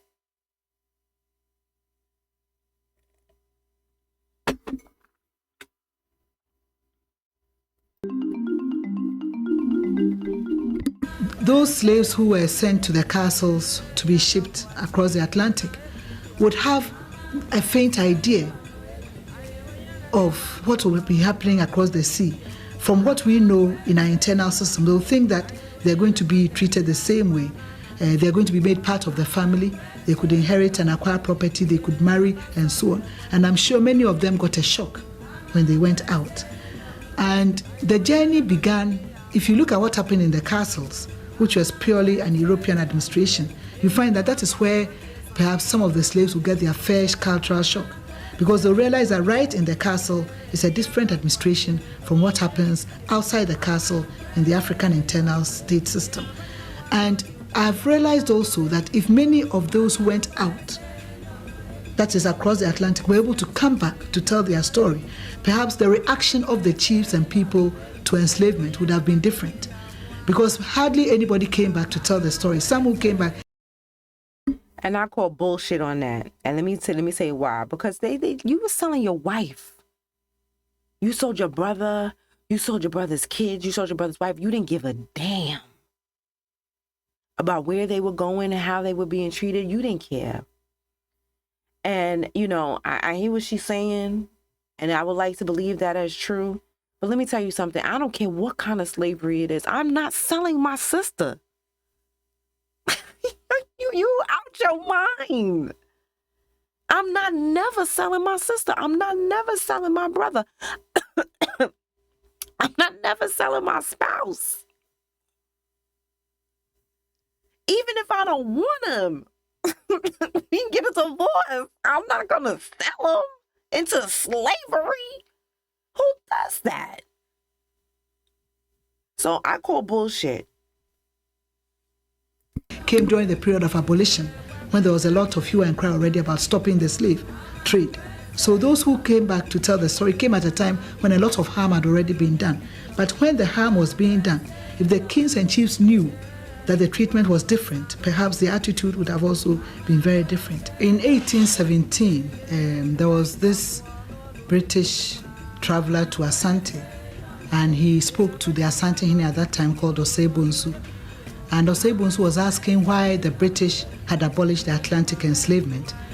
Britain had passed a law in 1807, and this was 1817, and Asante was beginning to feel the effects of the Atlantic enslavement abolition, because Asante was still engaged in a lot of warfare, so there were still a lot of prisoners of war.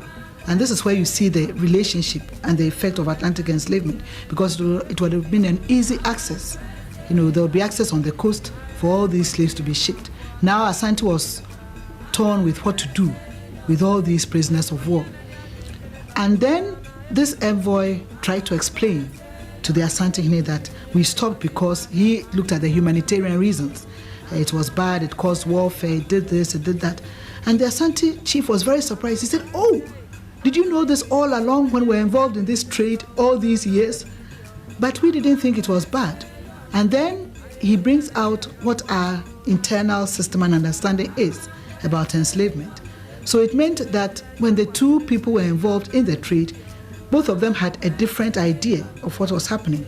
So for the African, he knew the intent. Again, I call bullshit. Them castles are not a cakewalk. All you had to do was visit the castle. They had them in there, packed in there, hot feces. They said the feces is so thick on the floor. So you had an idea. You knew that it was you knew. I'm calling bullshit that they didn't know. Internal indigenous system, and he thought it was the same system which was being followed elsewhere. So that was the first time in 1817, when the trade had been abolished 10 years ago, that the Asante Hine was even made aware of the differences between the two systems.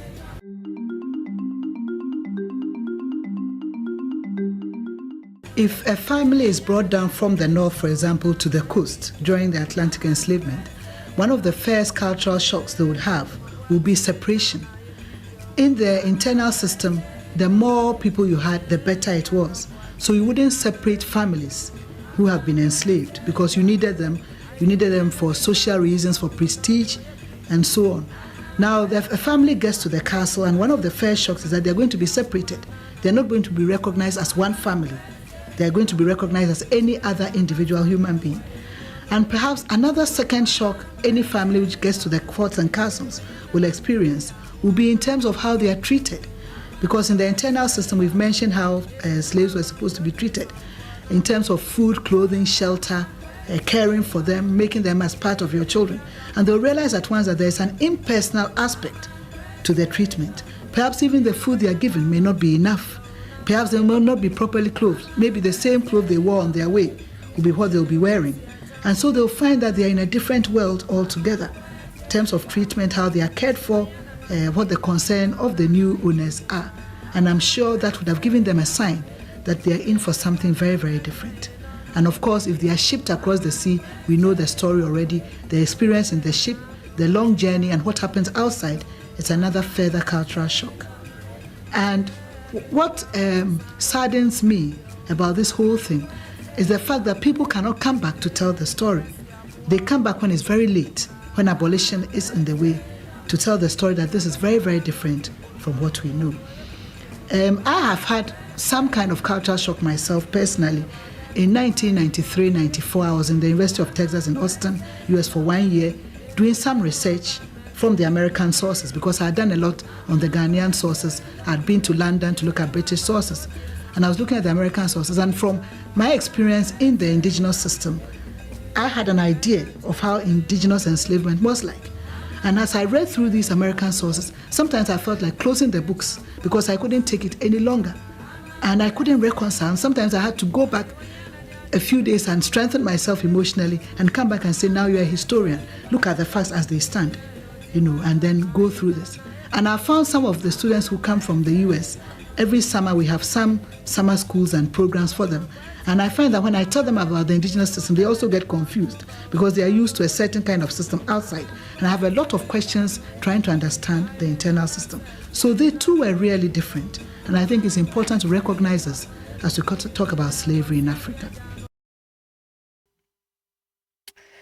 So we have gone through it all. I see that this topic is very, very touchy. And it is what it is. That's why I took the time to explain why I am where I am. I took all the testosterone out of the conversation. And I just really, I hope that people could see that where I'm coming from with trying to explain how I feel about certain things. And let's see if I can do this. Oh yeah, that's not too bad there. So yeah, I hope I did a good job explaining everything. And to the person who was challenging me, like I said, feel free to post your receipts in the chat, or in the comments. I'm not gonna lie to you. If you make that comment too long, I'm not even gonna read it. I'm gonna look at the person who said this, and I'm gonna look at that book, and I'm like, I got other stuff to do. But if you make it short and concise, I got you. I'll definitely because if you're saying, like I said, I'm not saying this, and this is the type of scholarship I like to bring. I'm not saying it because I am no expert. I am no historian. I am no professor. I show you things that I have been shown. Like I said, my friend came back from Nigeria. She showed that to me, and she told me about that. I went looking for it. I found that these are the people who work at the place. Possibly descendants of what's his name himself. Then we read the article. I didn't write that article. She did. Then we looked at, this right here. She's a professor. She is a historian. A Ghanaian historian.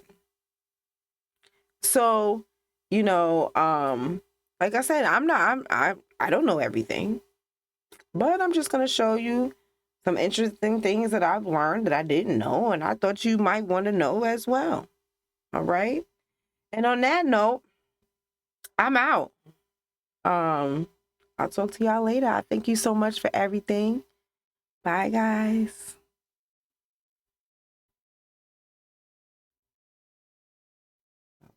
Repeat your name for us, and can you spell it for us because we know it's not the usual spelling? Brooke. It's Breuck.